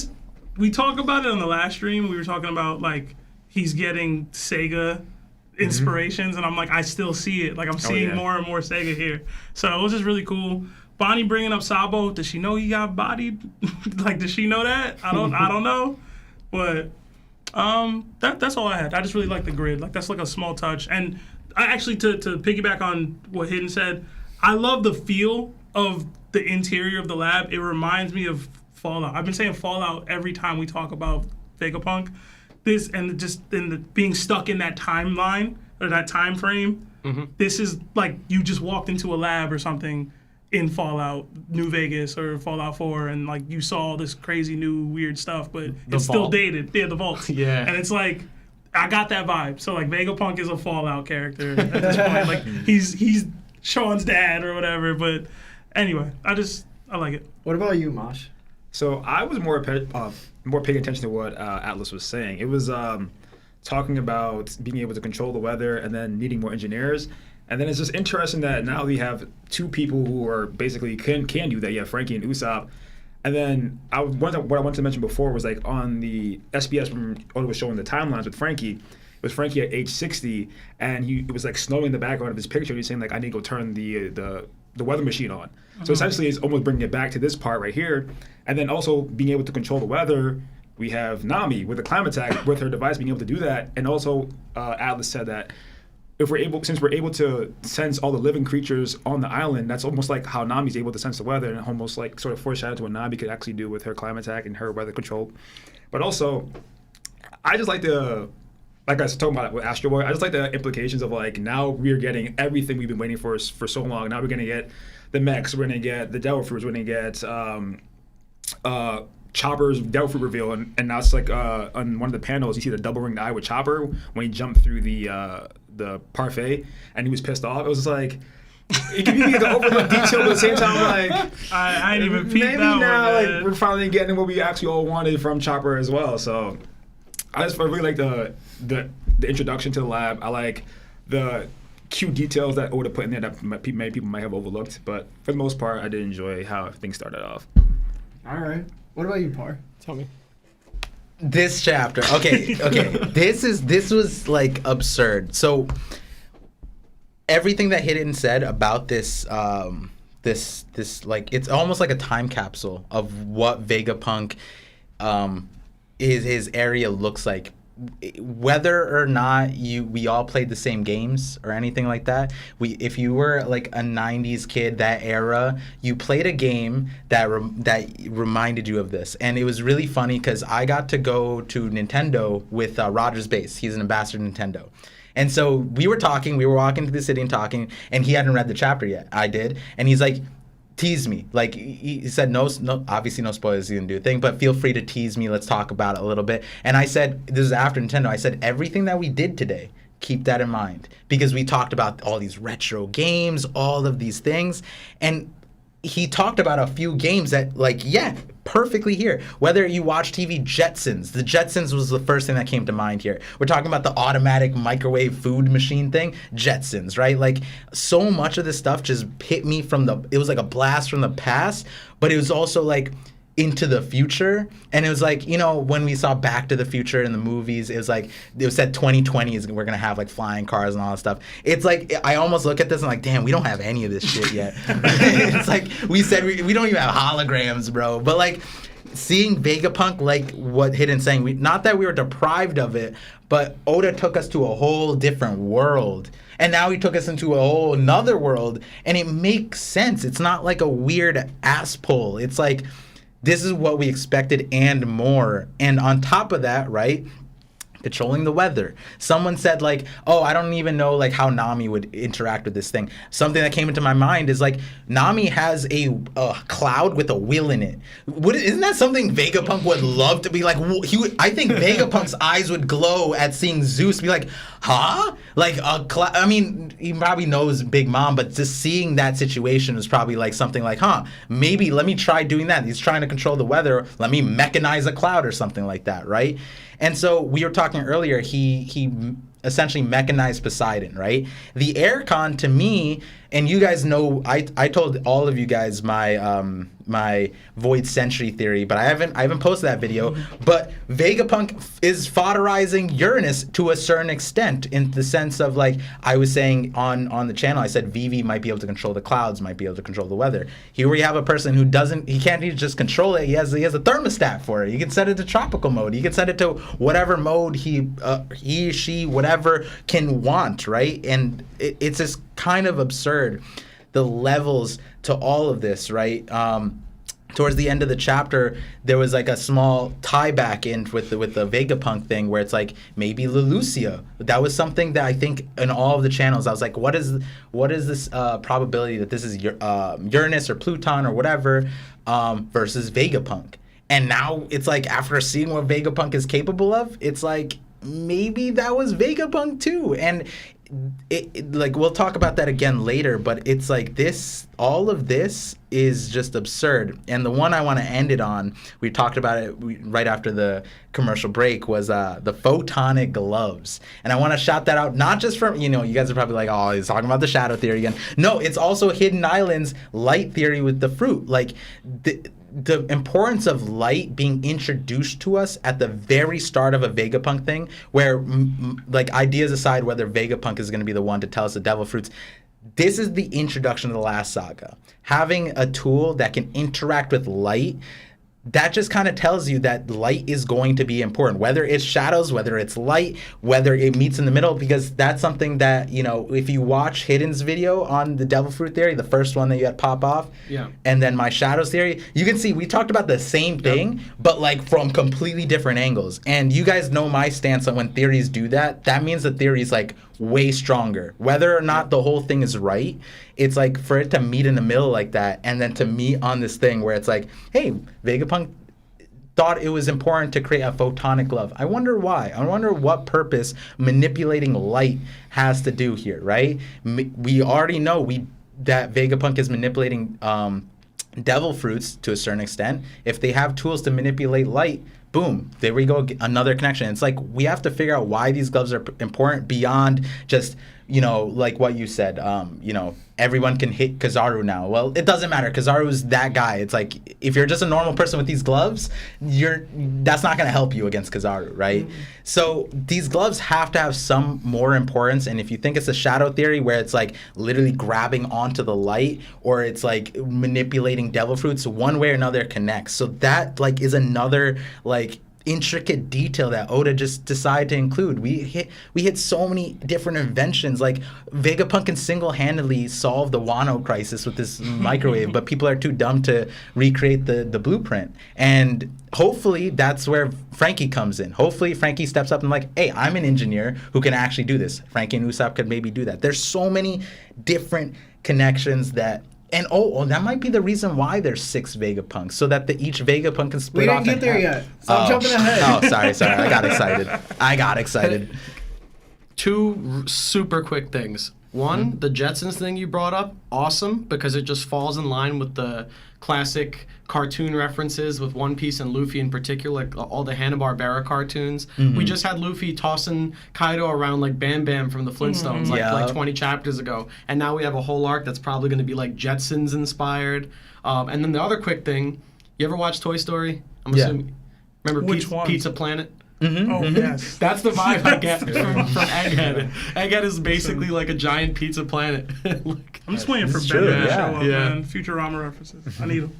That's one of the things I think I'm going to be looking forward to seeing, because we know Oda uses references. He just came off of Gear 5 saying, oh, Tom and Jerry inspired this, right? Mm-hmm. So it's like we know he's in that realm of things. Let's see how many things he pulled from to make Egghead and Vegapunk's like inspiration, right? Speaking of Gear 5, when you mentioned him going in Gear 5, his hair didn't turn white. So now my thought process is like, is he able to go in his forms without actually necessarily needing to use Haki? Because I always thought, like, when you awaken your Devil Fruit's like sort of getting a level up, right? Are you just like being able to access the awakening, or is your Devil Fruit sort of getting a boost? So the power you're able to wield, just like the normally with the Devil Fruit, sort of gets like a boost as well. So Ultra Instinct G5. Yeah. Or this can be, well, like that goes into elemental hockey Yeah. thing where if the white form is the Joy Boy form, maybe this is like a Rage form or something like that. And then we did know that there's Nightmare Luffy, where that Luffy was very stoic. He didn't laugh, he didn't smile, nothing. He was just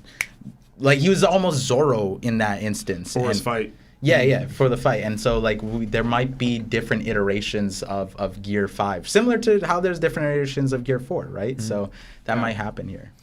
All right, let's skip to the next one. I'll skip my turn because I do want people to call in and speak to you guys directly. So, last question. Let's keep it concise so we can get these calls in. We skip to the New World and we sit down with the CP0. Lucci, Kaku, and Stussy discuss how Vegapunk is only one person. Due to him needing help, he created 6 people that are also him. These 6 people are called satellites, which is such a great name. The 6 satellites are named in order from 6 to 1. We have York, the greed, Atlas, the violence, Pythagoras, the wisdom, Thinker, the Edison, Lilith, the evil, and Shaka, the good. They announce further that they are to return the Seraphim Kuma and then eliminate all the Vegapunks and to be careful with his lab. Lucci believes it may have something to do with Lulucia. Tell us your final thoughts on these moments, guys, and what would the end of Vegapunk entail for the future of the series? And we'll start with Seb. I'm just really hyped to see Edison, honestly, because I'm American, so. But in general, you know, Thomas Edison is what I assume is going to be the reference to that, and I think we get at least one Vegapunk each chapter over the next couple chapters, which I think will be really, really hype. And then it's always great to see Lucci back in the story. I know I give Lucci crap, but it's always dope to see Lucci back in the series. It got me thinking, like, who would he be fighting? Because he can't compete with Luffy right now. Like, I'm sorry, he just can't. Don't blows with Zoro. I said it. Listen, I don't think he can compete with Zoro either. Like, listen. Uh-oh. He can compete with maybe a clash with Sanji just because they wear suits and stuff. But like, I think Morge said it in his video, or maybe a Frankie clash just because of the background there.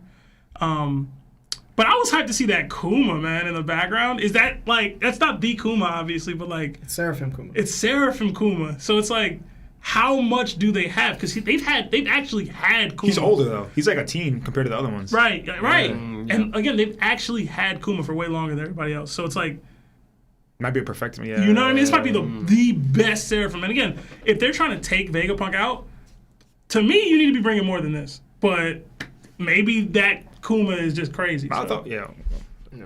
But that's go, what- Mosh. No, I was saying my thought, like, why are they bringing him back to Egghead Island? They're going to exterminate Vegapunk is my thought. Like, if Vegapunk was the one that created him, shouldn't Vegapunk also be able to control them as well? So I was like, that's The world government does dumb shit Yeah, I all the was sort of time. thinking about that. I'm like, It was also interesting, this Kuma, whether it's a prototype or not, it is a seraphim. We see the black wings, but it doesn't have white hair. And I was like, Yeah. that's an interesting thing. Why didn't they give... Kuma's just that guy. He just keeps his hair colored. and that's why I Like, think he's like one of the better ones. Like, he's just like you talking about the ultimate weapon. He's just spliced with multiple things. That's why they call this one the problem child. So All right. Park? yeah, so I kind of went ahead of the chapter anyways, but I really like the splitting into 6 different persons, because I was saying this prior where if Vegapunk, and maybe this is like me tooting my own horn, but prior I did this like sort of foreshadowing on my stream where I said like if I had a superpower it'd be to like have multiple versions of me so that I could be everywhere all at once doing all the things I want to do, but I can't because I'm limited to one person, and I would need multiples of me to be able to just like tune in and figure out what I want to do. And then Vegapunk had the 6 versions, and in the story the reason why I was saying was like on Punk Hazard, for example, he's interacting with Caesar, a Logia, who's very strong, right? Most people, unless you have hockey, unless you're a fighter, can't just stand up to a Logia like that. But Vegapunk maintained a domineering position regardless. So that was like, is Vegapunk a straight up fighter, or is there a reason? And my take was like, Vegapunk wouldn't put themselves on the front line being as smart as they are. That's why they would send out like satellites in their stead.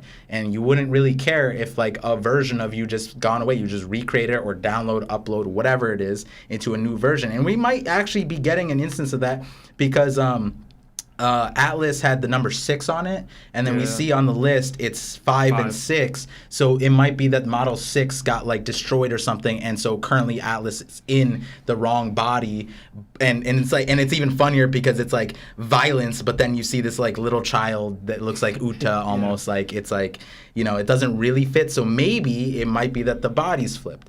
And so I really do like this current situation. On top of that, I like the naming schemes. One of the things was I didn't know what any of these, not any of them, obviously Pythagoras, Atlas, I knew Edison. Lilith, I sort of had an understanding. Shaka, I sort of, but not really. And Shaka then Khan. Okay. Okay, I was like, okay. I was like, okay. I was just accepting it. And then I don't know how it's like Yoki or Dorke, and I was like, there has to be like a Mesopotamian person here, and apparently that person's from Mesopotamia. So I was like, Oda's doing the like, he's making this so detailed. If the whole chapter didn't tell you that, this one did for sure. There's so much detail behind this naming scheme. But then it was even funnier because Lucci goes, what a hassle a so-called genius can be. And it's funny because Rob Lucci got introduced as a genius. I'm pretty sure, I'm like, wow, that's ironic. I mean, you're pretty much a hassle too. So like even all of those things, there's so many details that Oda's putting in that makes this chapter enjoyable. And, you know, the very end of it where they're like, we're sent out to take out Vegapunk, that also makes sense. Like the chapter's moving really fast. We're getting introduced to so many things, and yet the plot is moving as well. And I really do like that. Though the way the plot is moving with the CP0, I don't know if they can handle Vegapunk. I don't think it's gonna be like that. What's interesting is also reading how what Lucci was saying. It was almost like he has like a change of heart. Like he's like a different person. From like when we saw him on Water 7 to when we saw him in the Reverie. But now the way he's talking is almost like he's not plotting, but like more of like a calm individual. Because before he was like, I just wanted to be part of CP9 just to like be able to kill whatever I want, kill whenever I want. So now it's like sort of like I'll say this. Toned down. He looks so much like Michael Jackson in that panel, bro. It's crazy. y'all don't see it? This one? Look at that. Y'all don't see that? That's crazy. I don't see it. Okay. I also love that Kaku has a scouting report on Vegapunk. That's hilarious to me. Like he has a mask too. He's one of the masked CP0 agents too. Oh yeah, and you think that there's 3 CP0, but it's actually 4 because Hattori's here. Hattori's the only one that has a mask. And why? Why would we do that? Because Kaku's there too. Oh wait, but he's not wearing it though. Oh, yeah. That's just, you know, he's just doing that to level himself up. Can't put a mask on that nose, bro. Hidden? Is this a good time for me to get my Vegapunk's gonna die agenda out there? Absolutely, bro. All right. So Vegapunk's gonna die, guys. I'm sorry to break the news right now. Vegapunk's gonna die, and there's 2 big reasons this is gonna happen. Okay. Reason number 1, the world government right now is stepping their shit up. This is not a time in the story for any more Mickey Mouse shit out of the world government. I'm gonna be honest with you. They just blew up an island like 3 chapters ago. Now everything they do is going to have significant weight in the story because we need to motivate the protagonists to come into a head-on conflict with them. If it's just another scenario back-to-back with Wano where the world government pulls up and then they just kind of get swatted off and then they're back to... It's almost like a villain of the week or like a Sonic and Dr. Eggman, Dora the Explorer and Swiper the Fox. It's like Team Rocket, you know? You just have like them pull up, they do some like evil stuff and then they get like smacked away by the good guys. Away. And then it's like, oh, we'll be back again to get you guys next time. Like we can't have that. We can't have that happen here, you know? Like we're in the final saga. So, number 1, someone's got to die. We haven't met a lot of characters on Egghead so far. Vegapunk is the central character of this. And this brings me to the second reason Vegapunk's gotta die, and that's because Vegapunk knows way too much, not just for the world government in the context of the story, but for us, the readers, right? So a big part of One Piece is the mystery, the adventure, developing that little by little, piece by piece, and having the world building kind of serve that. And then to have a character like Vegapunk, who is a literal walking encyclopedia, pretty much just info dump us with everything we need to know about the mysteries of devil fruits and the technology of the Void Century, whatever this stuff is. Wherever Vegapunk gets these ideas from, that we can't just have Oda info dump that to us. That's not how he writes the story. That's never how he's written the story. He'll have a chapter or two here and there where he gives us that information. But Vegapunk is too much of like a hazard in terms of world building spoilers. Vegapunk is a walking hazard. So, you know, Oda's going to deliver this information to us anyway. We're still going to Laugh Tale. We're still going to learn about the Void Century. All of these questions that we have presumably tie directly into the Void Century anyway. So when we get those answers, when we read the Rio Poneglyph and get all that stuff, I feel like we're going to learn anyway how devil fruits work, where they came from. That's the story of the Void Century's got to explain that. It's got to explain, you know, the technology. If they were a technologically advanced civilization, we would learn that too from reading the story, from finding the One Piece. Vegapunk doesn't need to be there to explain that to us. All Vegapunk is right now is a big convenient plot device that if Oda so chose, he could just have Vegapunk explain away all the mysteries, you know, of the stuff that Vegapunk's been involved in. I just don't think that's going to happen.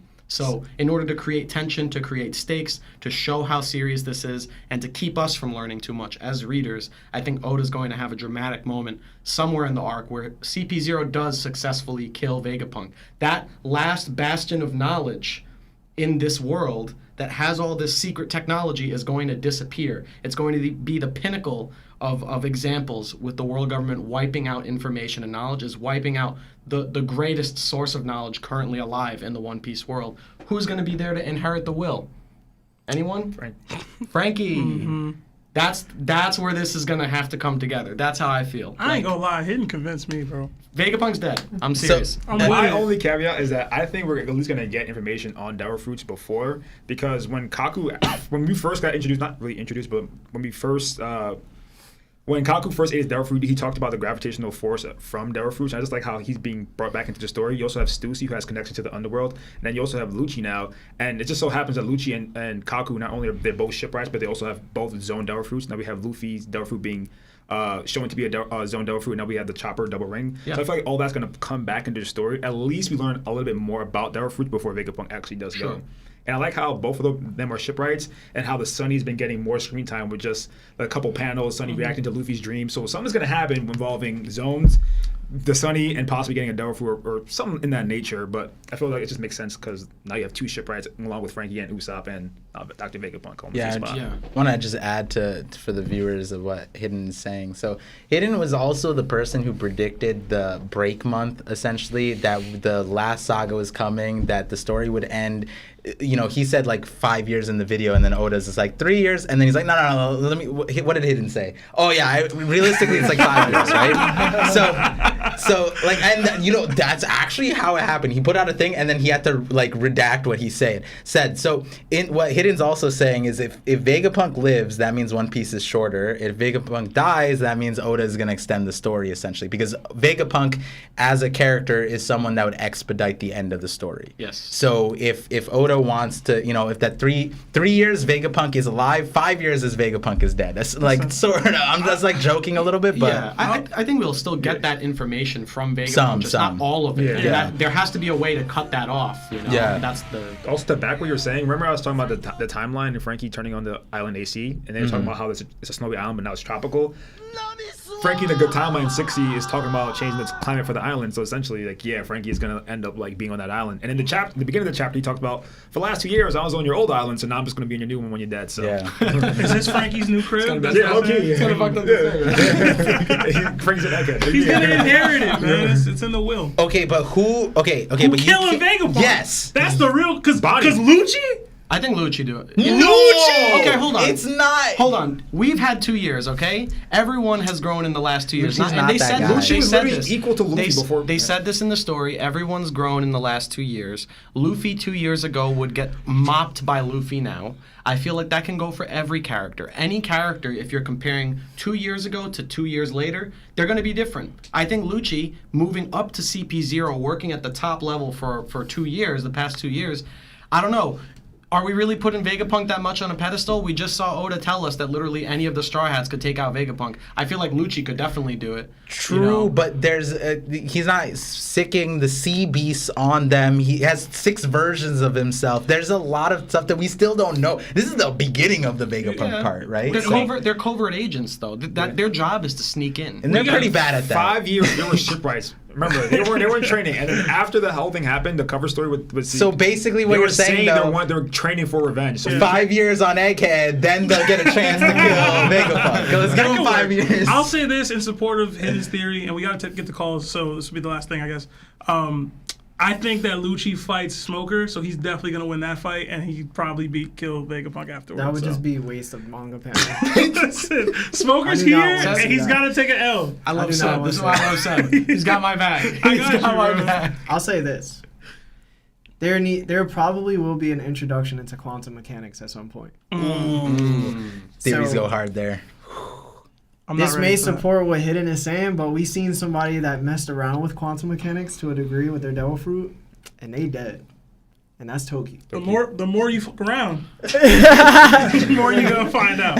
But I do want to hit calls, guys. Yeah. I want people to talk to you specifically. So, Marv, can you throw that number in the chat? And will I be able to hear it too, Marv? Even without it? All right, cool. Yeah, I want to see what people say. I know that, especially from like your streams. Yeah. I want to see them be able to talk to me. Gotcha. Hey, what's going on? This is Larry from That One Piece Talk. Who are you and how are you? How's it going, fellas? It's Aaron Tate. Hey, he got his number 1 spot back. Hey, what up, Aaron? What's How's up, it Aaron? going, bro? Yeah, Taku might be asleep or something, but I had to get in today. Aaron, one question though. No, I got you. All right. I do want to say it's nice to see you back, Larry. I appreciate you for being here. The show just isn't the same without you. Thank you. Appreciate it, bro. Always a My clown, question- still is a clown. Here's a clown. My question today is, I know Hidden's been talking about, he believes Vegapunk is going to die, which I actually support that theory. Do you think before Vegapunk dies, though, that he'll be able to drop some nugget about the Nika fruit for Luffy to be able to recall at a later time or in a later arc that'll actually help him develop his ability more to become more formidable? Who wants to take that? You take it. 1,000%. 1,000%. Vegapunk has been researching devil fruits, we know for a fact.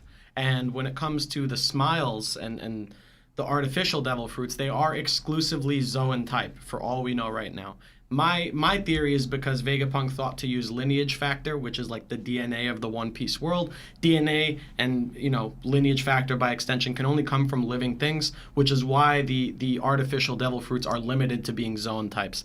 In that, building off of that, if Luffy's devil fruit is going to be brought up, it would make sense because Luffy's devil fruit is technically a Zoan, so it would make sense for Vegapunk to know something about it. Vegapunk has to have done the research at least a little bit into that devil fruit, considering its importance. So I feel like we have to get something regarding that. What about you, Aaron? What do you think? I believe we have to as well, because if we don't get anything here, at what point, when would Luffy get anything that would actually help him develop more into his? Cause it's sort of like with Haki, aside from Conqueror's coding, everything that he learned from Rayleigh has been useful later on. Like with his fight with Katakuri, he was able to recall the idea of future sight to get the idea of trying to develop it during the battle, right? So I think as it pertains to his fruit, there's so much more to learn. But if he doesn't get some sort of nugget here and there, he won't have anything to recall back to decide, okay, well, maybe I can work on this in the heat of battle. So I think it would be important for us to get it. I can see a scenario where Vegapunk's in the middle of explaining it, and then, someone from CP0 comes through and shoots him in the heart or something like that before he can finish. But I feel like if we don't get that at all, that would be disappointing. Because it's just like, well, where else would he get that knowledge? Yeah, I'm with you, Aaron. I'm with you on that. I feel like this is the time. See, I'm gonna be that guy, but I completely disagree. When you think about it, because like the only thing that Luffy will learn is that now he's a Zone, because he already knows he's a rubber man, and everything he's done since that has been him being a rubber man. So the only thing he's gonna get is more or less just like the history of his Devil Fruit, not really anything to help him become a better fighter. So yes, I think Vegapunk will talk about his Devil Fruit to Luffy, but at the same time, it wouldn't really change anything in the heat of battle because Luffy essentially has governed all of those accolades and knowledge involving his Devil Fruit since he's had it since he was a child. But I do think he's going to talk about his Devil Fruit, though, for sure. Yeah, I think, to piggyback off of that, it's like, even if Vegapunk knew, the name of his fruit, that doesn't tell you the extent of what Luffy's capable of. Whereas, if he learned about Joy Boy and the actual history of Nika, he'd be like, wait, Nika has a Bajran gun too? He would like, oh wow, he has whatever colossal giant foot thing and he can change whatever. Learning that kind of extents, wow, he fights just like me, that kind of thing. That might teach him more. And also Luffy learns in general from fighting something. So this goes back to, I think several of us have an idea that there might be a world where Vegapunk clones Luffy or something, or has some kind of thing from Marineford, for example, a Seraphim of Luffy, and then Luffy fights Luffy, and then he learns more from that. There's a lot of creative ways that this could go down, and if this part of the introduction of Vegapunk has told me anything, it's we have to look back at all that's possible and consider a mechanized version of it. That's what I'm thinking. So you're saying, I'm sorry, I know you said one question there. Just to clarify, you're saying that if we don't get it from Vegapunk now, it is still possible for Luffy to get something in the future. That's what you're saying? Yeah, for sure. Okay. Imagine the Gorosei just being counterintuitive and telling him this is what your fruit is, and he's like, wow, I didn't know any about that. So my friend actually off of this chapter shared with me a really small theory that might actually answer this question. So I just want to quickly share how Vegapunk could be connected to the Nika fruit. So specifically in Greek mythology, there's a person named Lyra. Vega is the brightest star in the constellation of Lyra, right? So if all of these names for Vegapunk's clones come from the moon, which is what we know now, the story of Lyra, it says Lyra represents the lyre of Orpheus. The music that Orpheus produced with this was said to be so great that even inanimate objects such as rocks could be charmed with the music. I love this. Okay, so inanimate objects we know can eat devil fruits. Yes. As Vegapunk has taught us. Is it possible that Vegapunk invented something that is able to create artificial drums of liberation? I love it. In order to bring and create... Who is this man? Right, so this is actually the True Toby. You told me about True Toby, shout out, see if you're there. Yeah, shout out True Toby if you're in the chat. So he sent me this. This is his theory. And I was just reading this in the context of this, and I'm like, wait, maybe that's where it is. Maybe Vegapunk created artificial devil fruits using something related to the drums of liberation. This theory, I mean, shout out to you, True Toby. I know you're in the chat probably. So I love that idea. You know what's crazy? So because I was talking about the moon, maybe it is the fact that Vegapunk is the reason why his knowledge is so extensive is because he's been alive so long. The more you think about it, because essentially, maybe that's why he knows more about the Drums of Liberation and Joy Boy because he's lived in that era, and essentially, we know about Burko on the moon. Essentially, he just keeps re-downloading his memory into a new body and just keeps on going, so he has the time to actually study all this. They pushed back on that with Kitten's grandfather. She said that he grew up on Katakuri. Yeah, but I'm saying, if it would be a new Vegapunk, so I'm saying it would be a... Especially with this situation now where there's satellites of things, if you looked at Atlas... you just think he's doing an Orochimaru? Technically, it makes... Because Dr. Tsukimi and stuff like that, because Dr. Tsukimi was years ago, and Dr. Tsukimi was alive, and he sort of knew how to create automatas, and there was a army of automatas on the moon for God knows how long. So yeah, and one thing I think there's during the break that we were talking, Moash was saying Vegapunk might be Birkin in that sense, and something I was gonna add was that if he can control the weather, we know Weatheria. Weatheria controls the weather. He also essentially fodderized Weatheria. Weatheria just runs around, makes it rain on places, right? He's out here controlling the temperature of climates, right? And the thing that's really funny about that is Harades, the guy who Nami interacted with, is Birkin. Oda decided in a Viver card randomly to just tell us that he's Birkin. He doesn't have wings, none of that, but he's from Birka. And so, you know, this all ties back to this idea that, you know, whether Vegapunk is ancient, from Birka, whatever, this the knowledge that we saw in like the Enel cover story showed us like ancient weapons, that's what people think, or like the automatas, which is like the mechanized people, animals, robots.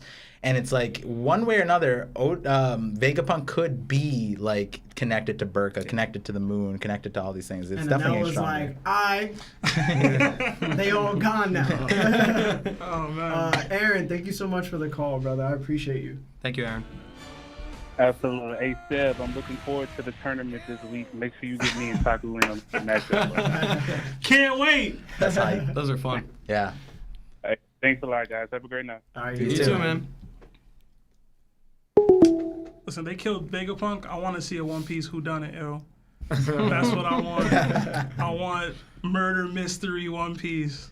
That was Clue. different. What do you think about it? Like, CP0 has not failed once. You know that. When you think about it. There was a They haven't failed. Weren't they trying to get that box? there was a super chat that was connected. All right, we got it. Hey, what's going on? This is Larry from that One Piece Talk. Who are you and how are you?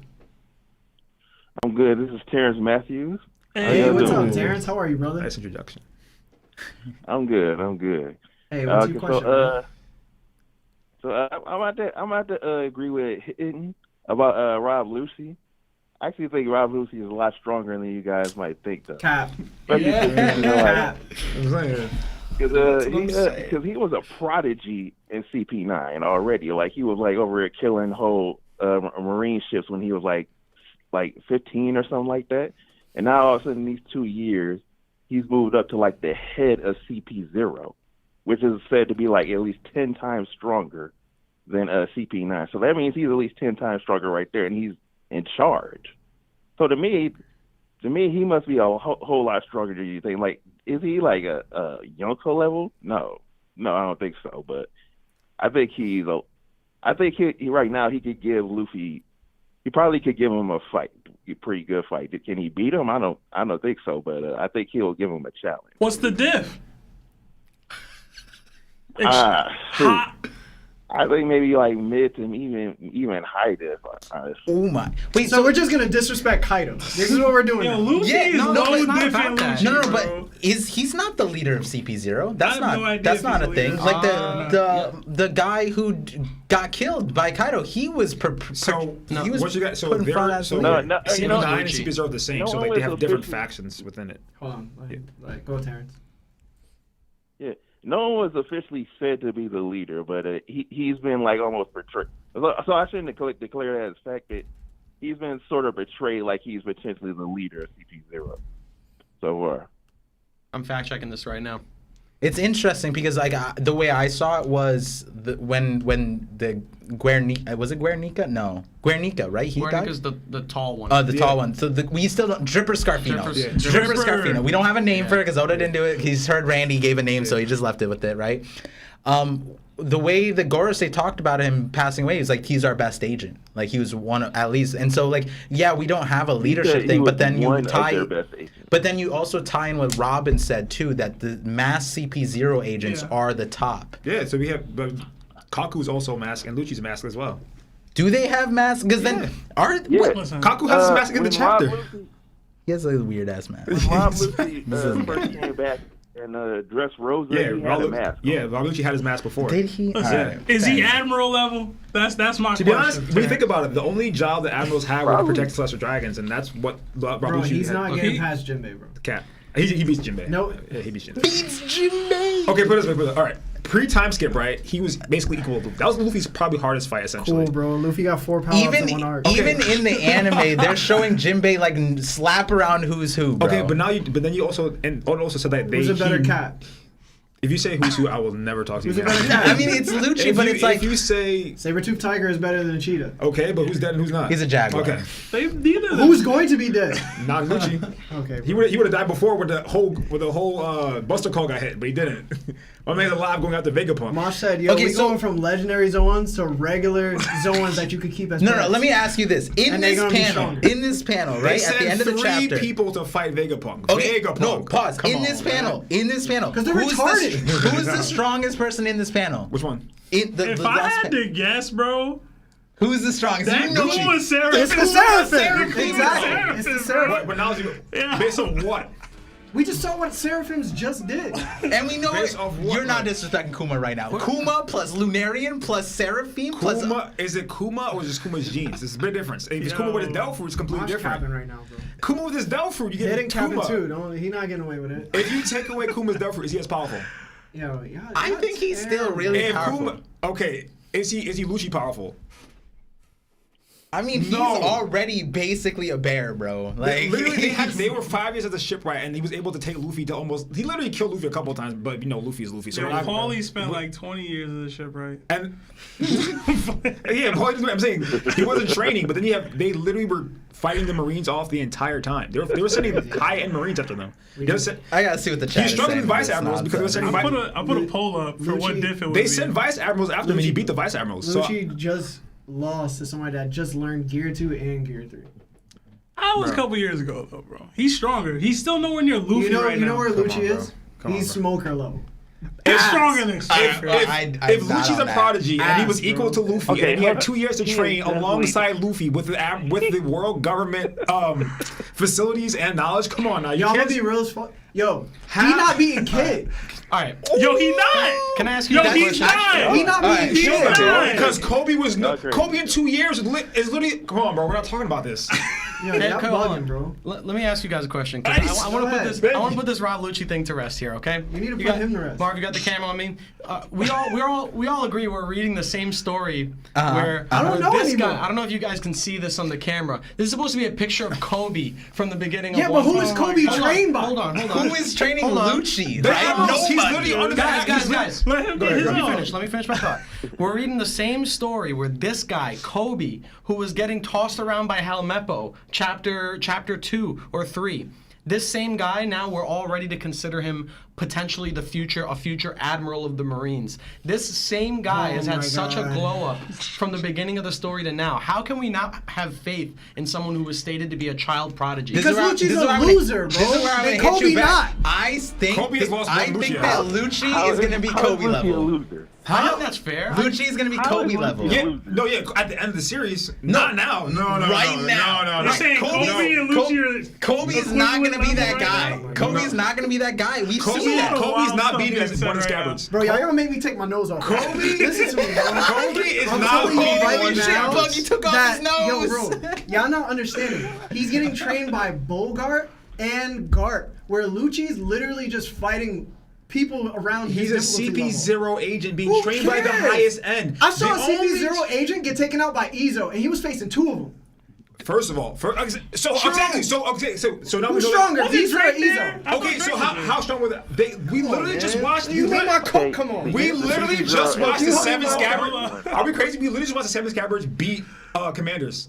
What are we really talking about here?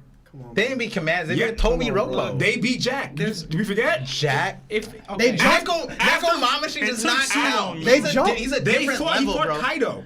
It took too long. All right, but No, Neko no. Mamashi was on the Whitebeard and Rogers. Hey, like, Izo thing. was with Yo, why Whitebeard. are you disrespecting him so much? Who am I right now? disrespecting? Yo, Kobe won. When And did two, I like, ever? you- When did I like, you disrespect just Kobe? disrespecting One Piece in general. If You we're think if we're Lucci gonna actually come gonna back do this, then strong? Izo took what? Was it 20 Beast Pirates? So then 20 Beast Pirates. CP0 is about 20 Beast Pirates. Exactly. So who's really? So you guys are knocking that, but literally the 7 Scabbards are strong. You guys are saying they're weak. Summer. Lucci is the pinnacle of all these people. What do you? Kaku He's literally- a Would you be able Okay, to take the story Lucci- seriously? Lucci- Guys, Lucci they Scabbard literally- level. Lucci Lucci Scabbard literally beat level. Vice, Alright. Vice Admirals before the Lucci time skip. Scabbard And how I'll give ass you do that. Vice Admirals be? Hold up. You Lucci. can't I'd say guarantee me he's Lucci's beating is Vice Admiral. Admiral. He did. That's what I'm saying during the cover story. I'll give you Lucci's scabbard level, but gotta what read does that that. say Yeah, to I gotta read Luffy? What is Luffy's no diffing all the scabbards? But the question's about whether or not Lucci's going to be able to kill Vegapunk, not about whether or not he's going to beat Luffy. I never said he's beating Luffy. That's what I'm saying. Like, I'm confused. First off, Well, Terrence saying it's high diff. Terrence need to hang up. We were talking about something else from Terrence. Terrence set us on fire. Lucci's fighting. Lucci can fight Zoro. Terrence, I got him as No, he Assassin. can't, Yes, bro. Yes, he can. This is like saying that he could beat King too. Why couldn't he? Oh my, yo, I'm out, yo. Why couldn't he? If one of the seven scabbards can fight, Oh if my Peril God. Sparrow can fight, I'm gonna say Lucci can fight. Y'all crazy to say otherwise. Peril Sparrow was literally Paris Sparrow was fighting Neko and putting would the high beats. diff Lucci. Oh my gosh, And that's bro. it. Oh my gosh, bro. Y'all crazy. I don't know if Look, Pharaoh's pro being Lucci. I don't know how Paris we're gonna. Sparrow. I don't know how we can take the story seriously if one of the most important villains in the story and also someone who's working at the top level, protecting the highest power in Thank the you. world, the most Crazy. powerful organization in the world. Thank you. He's at the very Thank tippy you. top, being their personal bodyguard, and you're gonna tell me this guy gets absolutely obliterated by like every character because he But got. the thing I is, didn't say that. Hold on. I asked y'all a let me simple shut it down right because, now. All because why? He lost to Luffy, the I main asked y'all a character? simple One at a question. time. Luffy Hey, before hear Gear me out, second hear me out, and hear Gear me out, third hear beat me out. Crocodile. Crocodile right here now has a 1.9 billion bounty. Luffy with Gear second and Gear third took Lucci to a high diff. Lucci couldn't even walk. I mean, Okay, Luffy couldn't we're even not- walk. I want to afterwards. clear something up. Y'all can't tell CP0 me. is not protecting the Celestial Dragons. That's what the Terrence- Admirals and Buster calls it. Terrence, CP0 you got was, not something. CP9. CP0 is out there doing random shit. Mosh. Terrence, you said you had something else to say. What's up? Yeah. Here we are. Here we are. Because here's the thing.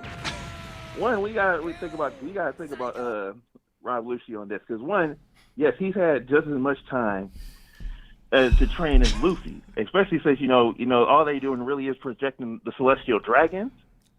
Like not everybody is all the time going up there and attacking any goddamn time. So that's Yes. even more free time for him to train right there. And he said he was So he training, could awaken his devil before he could have advanced hockey. which we know he could does. have all that shit. I ask y'all again. Is Lucci Admiral level? Admiral level? No. I No. think Then what are we talking about? No one's saying that Lucci's beating Luffy. That's the thing. He said Jinbei. I'm like, I don't. that. Yeah, I think Jinbei he had to should have just put up a Jinbei had to fight. literally bloom his hockey mid fight in order to beat Lucci. We're gonna have to go back. What was Terrence's question about? What set us off? No, he was talking about Lucci. Like they're disrespecting Lucci, and we're trying to back him up. It's okay, Mosh. I'm on your side. Yeah, it with makes this, no bro. sense for you guys this week.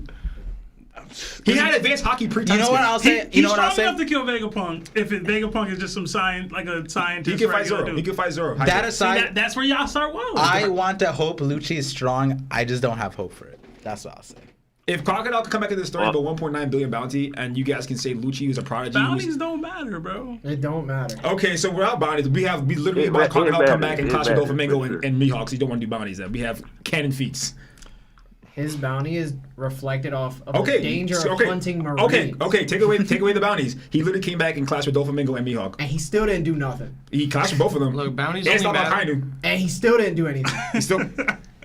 Bounties man. only matter when people want them to. Honestly. When we don't have enough information to go off of to say how strong a character is, everyone points to the bounty. When we have a character that lost one fight to the protagonist of the entire story epic, all of a sudden they're a weak character, and then they deserve I'm not a saying small- he's weak. I don't think all I'm anyone saying. said he was weak. Yes, you guys are. I Everyone- even agreed that he could kill Vegapunk. Literally every single character in One Piece, except every single character in One Piece, loses to Luffy. You know why? Because he's the protagonist. Let me ask y'all. Like, that's No, literally- but saying Hold on, Lucci hold on, is hold on. Zoro Hold level, on, hold on. that's Let me ask different. it. Why Let me would ask he- y'all. why Hold would he on, be? Hold on. Let me ask y'all. Does he have King's Hockey? No. Does he have Rio? Yes. He literally was. depends. They They clashed- have Future Sight? He has Future Sight We too? don't know that. I'm asking you if you think he I does. think he Future might- Sight, I wouldn't say. I would say he has every- at I least wouldn't put him observation. below. Hold on. I would say observation level at least where Ulti is. Okay, so he has that type of observation. Yeah. He has no King's Hockey, but you think he has Rio. He does. Okay, so he fights Katakuri and gets wiped still. So he's not even first commander level. First of all, why are we talking about? First of all, I think Katakuri can fight. So wait, what's the Katakuri You're versus saying Zoro? that he could compete I love with you, Zoro. Terrence. So Thank you okay, for so the question. Katakuri versus Zoro. Zoro wipes Katakuri. That's what you're telling me? Zoro winning. No. Zoro's winning. Is he wiping Katakuri? He's not wiping him. Okay, then so what are we talking about then? But Zoro ain't. high diffing him. Zoro's gonna mid diff. He's fighting. He's high diffing Lucci. You're high diffing Katakuri. You're crazy. Yo, bro. Crazy. You gotta I stop think chewing Zoro that would gum, mid dog. Lucci. Crazy. Whatever think gum he you be mid-diff chewing, bro. He missed stop. Katakuri. How? No, Lucci. I think Terrence got what he wanted out of this question. Thank you, Terrence. He saw the fire Hold on. Let's, brewing. we gotta get to another call. Terrence, thank you for getting us hype, bro. The Ryokan is real, by the Thank way. you very much for taking me. Thank you, Yeah, Terrence. have I've a been great saying day. that You, man. Yeah. for years. The Ryokan, they actually said it too. They said that he had hockey originally, then he actually like. Mosh be chewing 5 gum. Probably should do this. I'm They convinced. bro. literally said it. Chewing Larry, fire. you want to get to another call? Or you want me to do super chats? Oh, yeah, we're gonna have to do super chats. My bad. Oh, shit, we just got 50. All right. End the calls. All right. Terrence, thank you so much. Sorry, guys. We don't have enough time for calls. We gotta do these super chats. Yo, go for that. Yeah, we got a $2 super chat from Barney354. It says hashtag Buggy D Larry. It's still funny. We got a $5 super chat from Baldy Cornell. It says, what do you want to see Dr. Vegapunk make while the crew is on the island? A vibrating zucchini. Come on, man. A new weapon for Usopp. I need a new slingshot with like high tech stuff on it. So I need something. Usopp with a devil fruit. What I found It is out is Shaka is a reference to an African like leader who is known for war Shaka tactics. Zulu, dog. Yeah, and so that might be where Usopp learns from, because if that's the reference, then they might teach Usopp like how to manage a grand fleet, for example. That is exactly what Shaka was known Yo, for. low key, give Nami's original design back. Make her have like a With the metal one arm? Yeah. Oh, That's that what would I've be been fire. saying. I've been That would saying, be yeah. tough. That would be All tough. right, I don't want to see that, excellent. though. We only got like 3 minutes. We got another super chat from Barney354. It says, so glad I made it for the live. Hashtag best podcast. Love you all. Keep it going. Thank you so much, man. Thank you, man. Scrolling. We got another $2 from Insatiable Hunger. It says, who did it better, Vegapunk or Pain? I will say Pain that went hard. Pain went hard, but Vegapunk has his personalities, where Pain didn't have personalities. It was just All one it had is person Pain. speaking through. Nah, each All other. we had is pain. Pain Yeah. fired. Nah. But we Pain had was fire. evil. Hey, Pain's good- dialogue was tough. He's a- bro. he's a- Pain's Yeah, Pain was true, fire. true, Pain's true. dialogue was But even if I tough. told you by. But we got Pythagoras, bro. I don't know. We'll We have do to- math We're here. gonna have to wait and see. Just Shout give out me a giant Vegapunk, to gotta be. Ragnarok. We got a $2 super chat from Chef D Rasta. It says, if we get Luffy versus Lucci 2, does Luffy low diff him? We just answered this We question. answered that one. Mosh doesn't want to admit it. We got another $5 from Insatiable. It says, Vegapunk main body can die. I don't think all of his clones will. They're not like Pain neuro-linked. They're individual clones. At least one punk will survive to the final war. If they kill the main one, you think they all die though? No. They said it's like a satellite though. So it has to be like one. No, satellites can separate. But they made it seem like he was like all connected to. Yeah, you're right. Yeah. Oh, yeah. In the diagram. It just I see. depends if like he's like Ultron. Yeah. All right. We got $2 from Dravian. It says, Larry pulls that off so well. Hashtag Buggy for Fire Nah, you King. look fire with that, bro. I ain't gonna lie, dog. We got $2 from Malik. It says, Lucci not getting past Jinbei. I agree. Another $2 from Barney. It says, Lucci ain't getting past Sanji. Hashtag shake your head. LOL.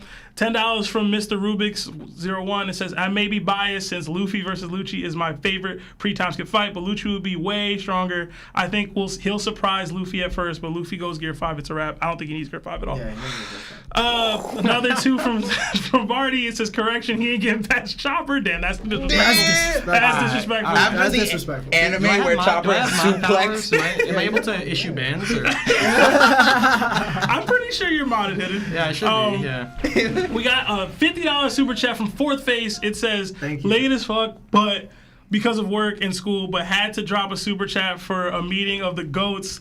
Larry's Conquers Hockey Bloomin' after withstanding the ill buggy costume. Much love to all of y'all. Thank you, Fourth Face. And finally, we got a $5 super chat from Nerd Taku, my boy. It says, shout out to Mosh for pointing out Chopper's eyes. Do you guys think Sanji will absorb the photonic gloves like he did the raid suit? Doesn't technically need it because he's shown to have hockey. Yeah, but if he starts like light kicking like Zoro, holy F, bro. Yeah, it's like I think what's more the derivatives of this technology is what might be helpful for Sanji. I was gonna mention. I think Mosh- everyone's what's up, go ahead. No, you go. I think everyone's catching up to how Zoro can fight. Basically, how being able to use projectiles. I think Luffy's gonna like have like almost like divine departure type of attack. I think Sanji's gonna have to have an attack almost like especially with Kaku and them coming back now with what was it called? The light kicks that Yeah. he's doing. Yeah. Like, Sanji does have hell memories. He can Rankaku. shoot fireballs. Yeah, basically. Sanji has hell memories that shoots Yeah. fireballs. He just never has used it. I will say this though, if you taking Chopper for having something special, are you also saying that Nami has Conqueror's Haki? Since they joked about it. I like the idea of her actually getting Conqueror's Haki, but I feel like she's gonna have like some like other. That's where we end the show. I think she'll have like a power that's specifically to her. That's what I think. I don't know. What So we're gonna end the show. We're just gonna say our names. So first and foremost, I would like to thank everybody that has come from these guys' streams and audience. Thank you for loving us so much. The super chats. Thank you. As always, you don't need to do that, but we're much appreciative of it. The next cosplay that's going to be had is going to be Sebastian dressing up as a fishman. And it's to support the racism of all fishermen, since he's a racist against them. I am not racist against fishermen. So Support the racism. I was like, where are we talking? What? we're gonna do that one next. Sebastian's gonna decide on how much is gonna, I guess, whatever goal you want to make for that to happen. But again, if you haven't followed ParVision on any of his channels, every single link that I could possibly find is in the video description. So I want to say thank you, Par, for joining us. And then we have the Hidden Island, as well. All his links are in the video description below. So thank you, Hidden Island, for joining us. And Moash, thank you so much. His links are also in the video as well. And that's it. My name is Larry. ParVision. Mosh DMC. Seb. Hidden. This is that One Piece Talk. Have a good one, guys. Ciao now. Take care, guys.